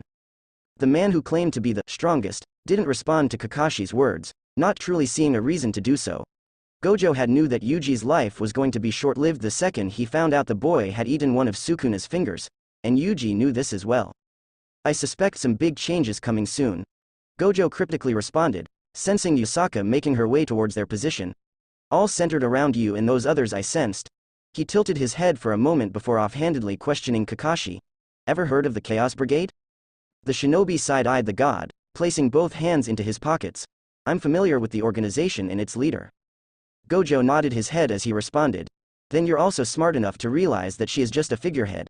The individuals in that organization are planning something, and I have a feeling it's going to spread through Japan.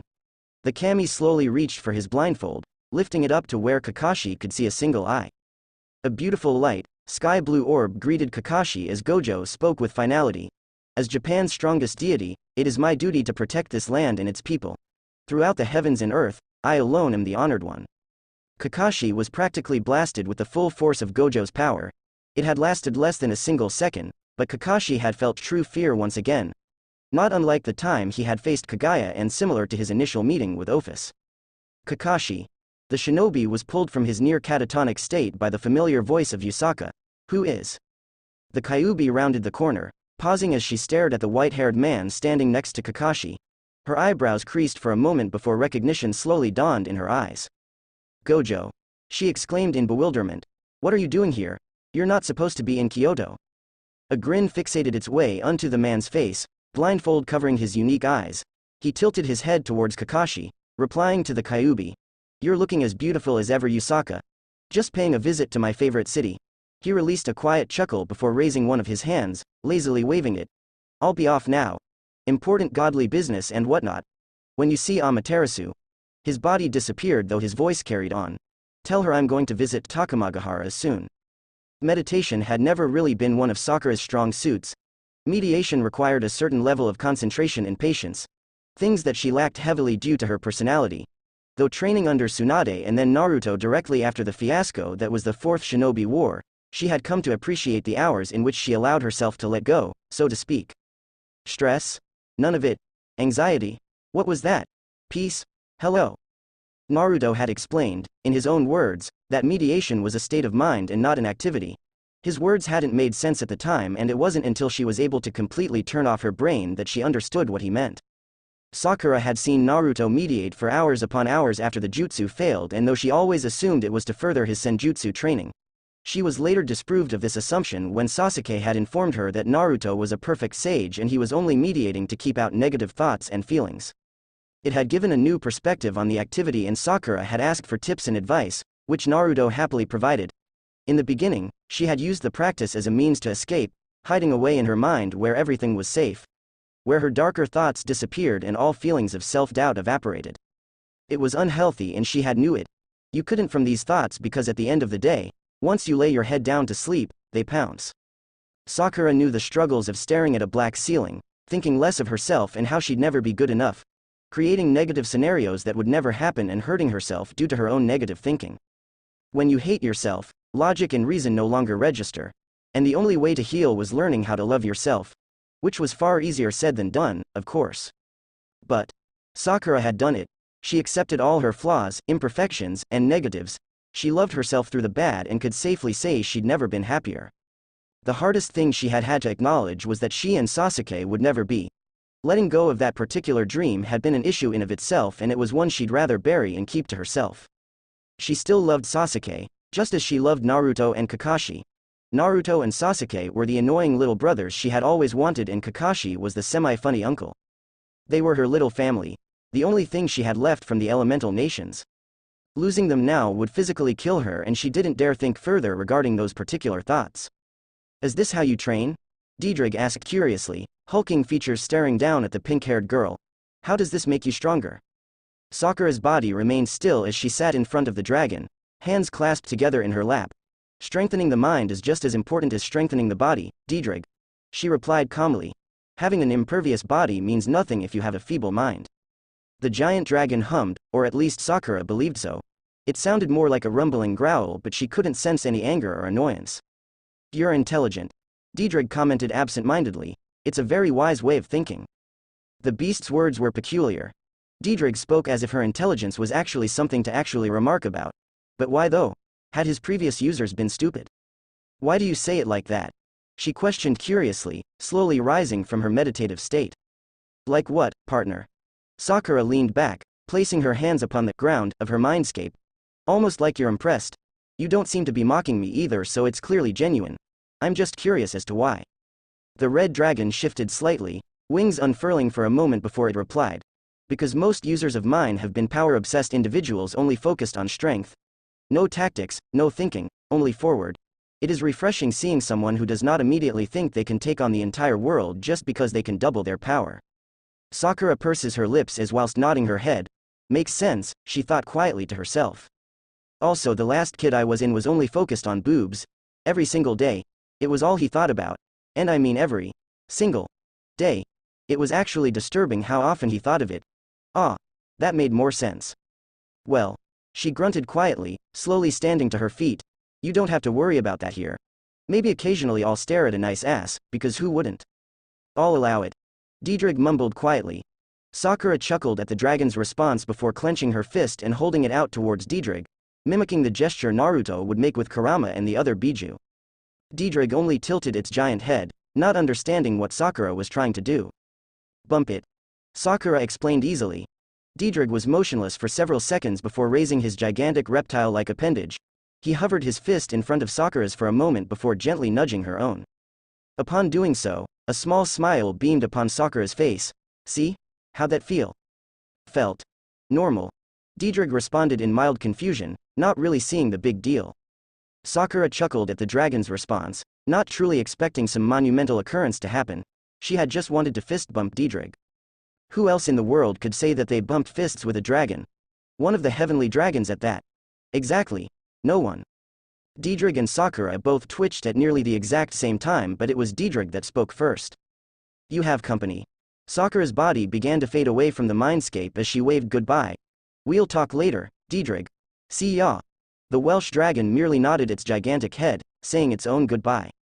The pinkette opened her eyes, adjusting to the blinding light from the sun, sensing a presence behind her. Sakura tilted her head towards it, raising an eyebrow curiously at the individual behind her. Kuroka. What are you doing here? Hello, NYA. The former rogue Nekosho greeted casually, twin tails waving lazily behind her. I asked Yusaka-sama if it would be alright for me to check in with my little sister. I won't cause any problems. Sakura stared at the woman for a moment before slowly rising to her feet, popping several of her joints. Emerald orbs scanned the roof of the building she stood atop of before she began to move towards the edge of it. We didn't really get to talk with one another during our first greeting. Sakura commented offhandedly. I was shit-faced, so it definitely didn't help, and then a day later, I was sent to be the mediator for Kuo in Kyoto. Turning her gaze back towards the beautiful cat girl, she nodded her head politely. It's nice to meet you, Kuroka. Kuroka tilted her head curiously, gazing at Sakura as if she was an anomaly. She didn't feel any of the animosity or danger that Sakura had emanated during their very first meeting. It had been a tense one, she remembered. It is nice to meet someone that Sasuke-kun speaks so highly of, she replied easily, watching Sakura with a keen gaze. Sakura's only reaction was that of a raised eyebrow. Sasuke talks about me? Kuroka began to make her way towards the pinkette, hips swaying as she did so. He talks about you a lot, attributing most of his growth to you and Naruto. She stepped up beside Sakura, standing just slightly out of reach. I've been able to get him to open up little by little. It's difficult, and he's an incredibly stubborn man. Though I'm sure you of all people know that. Sakura pursed her lips at the woman's response as she idly nodded her head. Sasuke has always been difficult, though I'm glad that he's finally opening up. There was no mistaking the slight bitter tone that slipped through her lips, but Sakura hadn't really tried to prevent it. Had she been just a year younger than she was now, she'd have probably thrown a tantrum, ranting about how some whore was getting in her way. This bitterness was different though, stemming from the sadness of wanting something but knowing that you could never have it.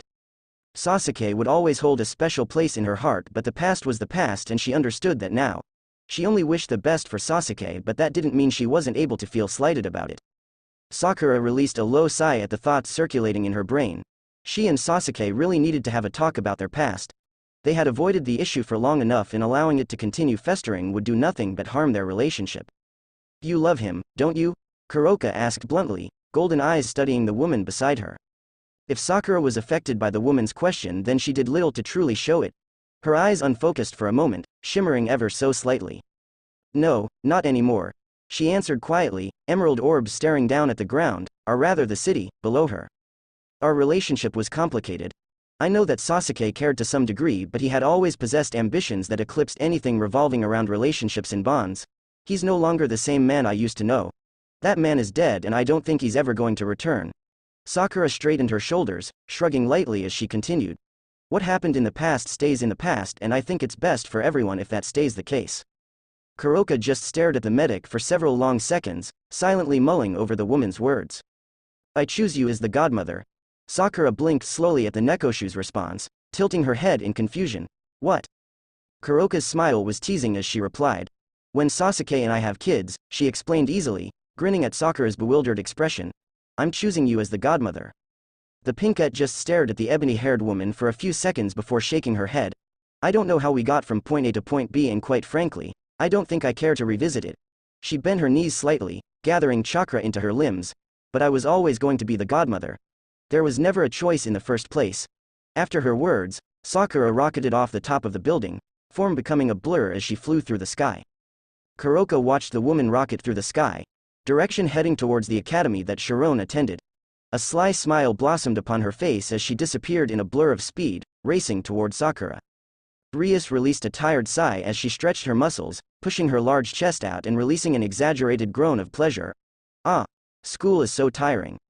An amused giggle resounded from beside her as Akano followed behind her best friend and king. Weren't you the one who wished to experience everything that humans did, bucko? The crimson-haired beauty released another groan as she led the way towards their club room. Just let me complain, Akano.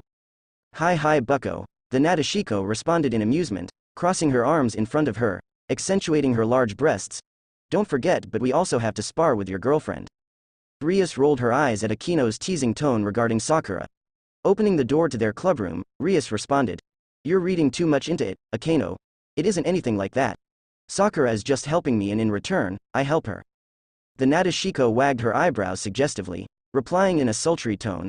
I'm sure you'll both be helping in other ways as well. Just think of it, bucko. A beautiful woman, strong and powerful, pinning you to the ground. Her strength overbearing as she stares down at you with lust in her eyes. Akeno giggled at the blush forming on Rias' face. Isn't it enough to make you squirm? Rias shook her head rapidly, reading those thoughts from her mind. Why, you need to stop reading those damn ecchi mangas, they're bad for you. Akeno winked playfully, propping her breasts up with her left arm. Everyone has their kinks, bucko. Don't shame me. The redhead shook her head with a huff, ignoring her queen's words as she began to strip out of her uniform. Please prepare tea and snacks for everyone, Akeno. I'm going to freshen up before our inevitable beatdown. The ebony-haired woman sketched a bow to her king, nodding her head as she went to accomplish her task.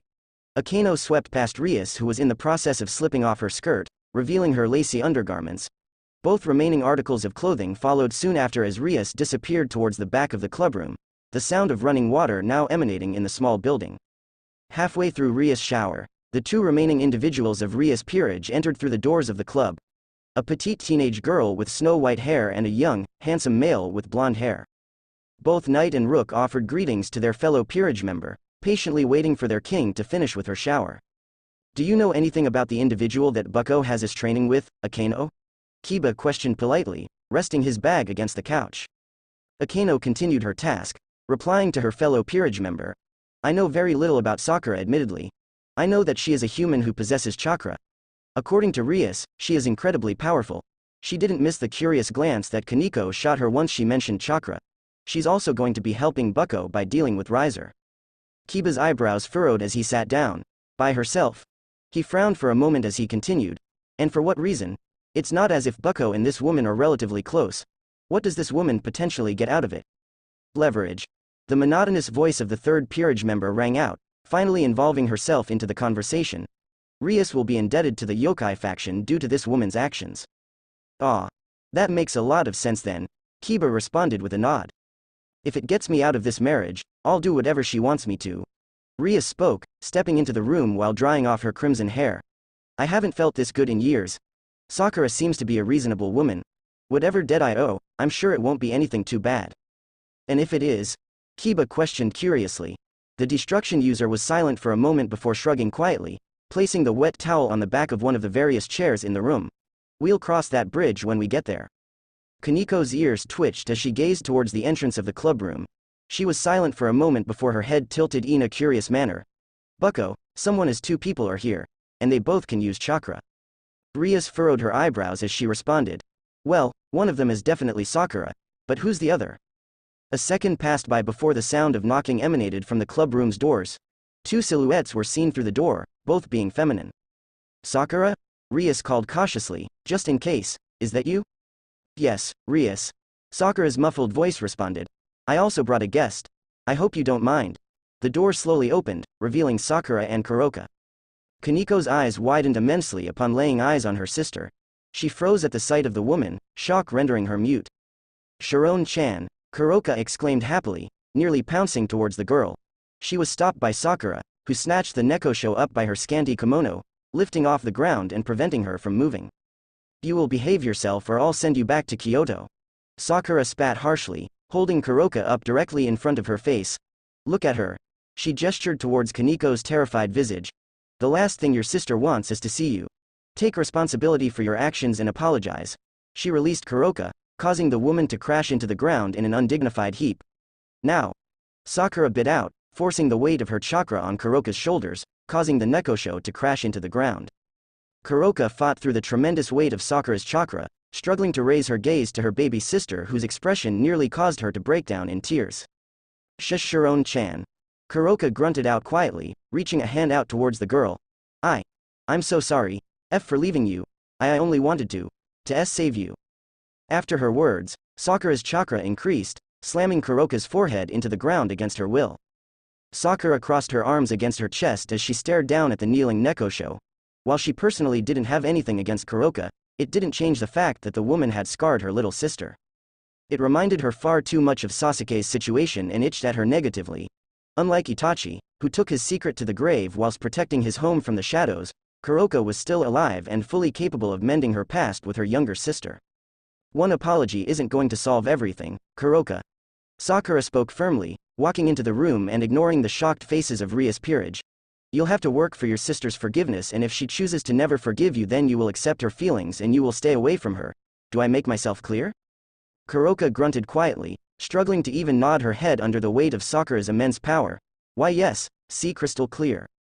The medic stared down at the Nekosho before relenting, allowing the woman to finally breathe. Turning her attention to Rias, Sakura fixed an apologetic expression upon her face. I apologize for causing a disruption, but Lady Yusaka sanctioned Kuroka's appearance. Gesturing towards the downed Nekosho, she continued. Kuroka was recently absolved of her crimes and is a member of the yokai faction. I hope you will allow her to stay, even if she is unwelcomed. Rias and her peerage, sans Kaneko, who was currently overwhelmed with the entire situation, just stared at Sakura in shock.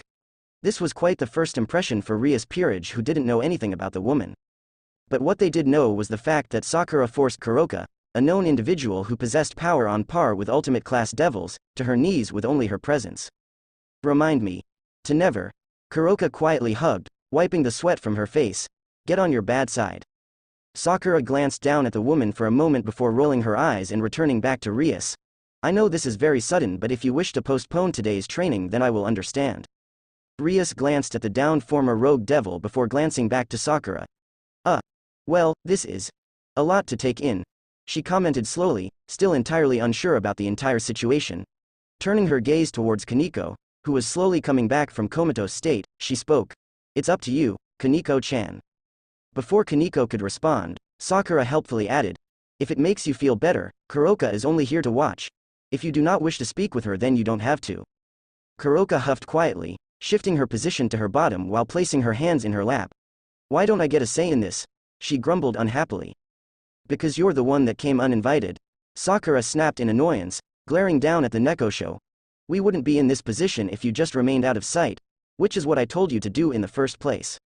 The woman grimaced at Sakura's words before sighing quiet and relenting, bowing her head submissively.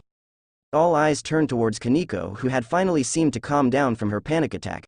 Her amber eyes traveled towards her sister, cringing at the memories of her actions. She closed her eyes, desperately trying to calm herself down before opening them to meet Sakura's gaze.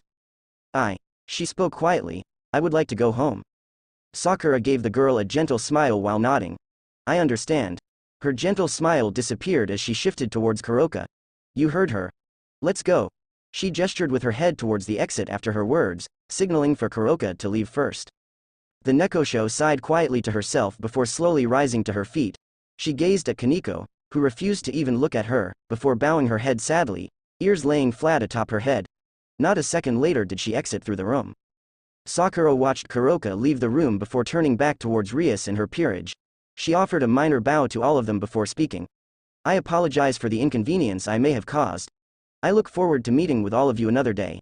She rose to her full height before meeting Rias' gaze with a smirk. Your ass kicking is gonna have to happen another day. Rias puffed her cheeks out adorably, watching as the chakra-wielding human left. Once the woman was out of earshot, she released a heavy sigh. Welp. That happened. To be continued.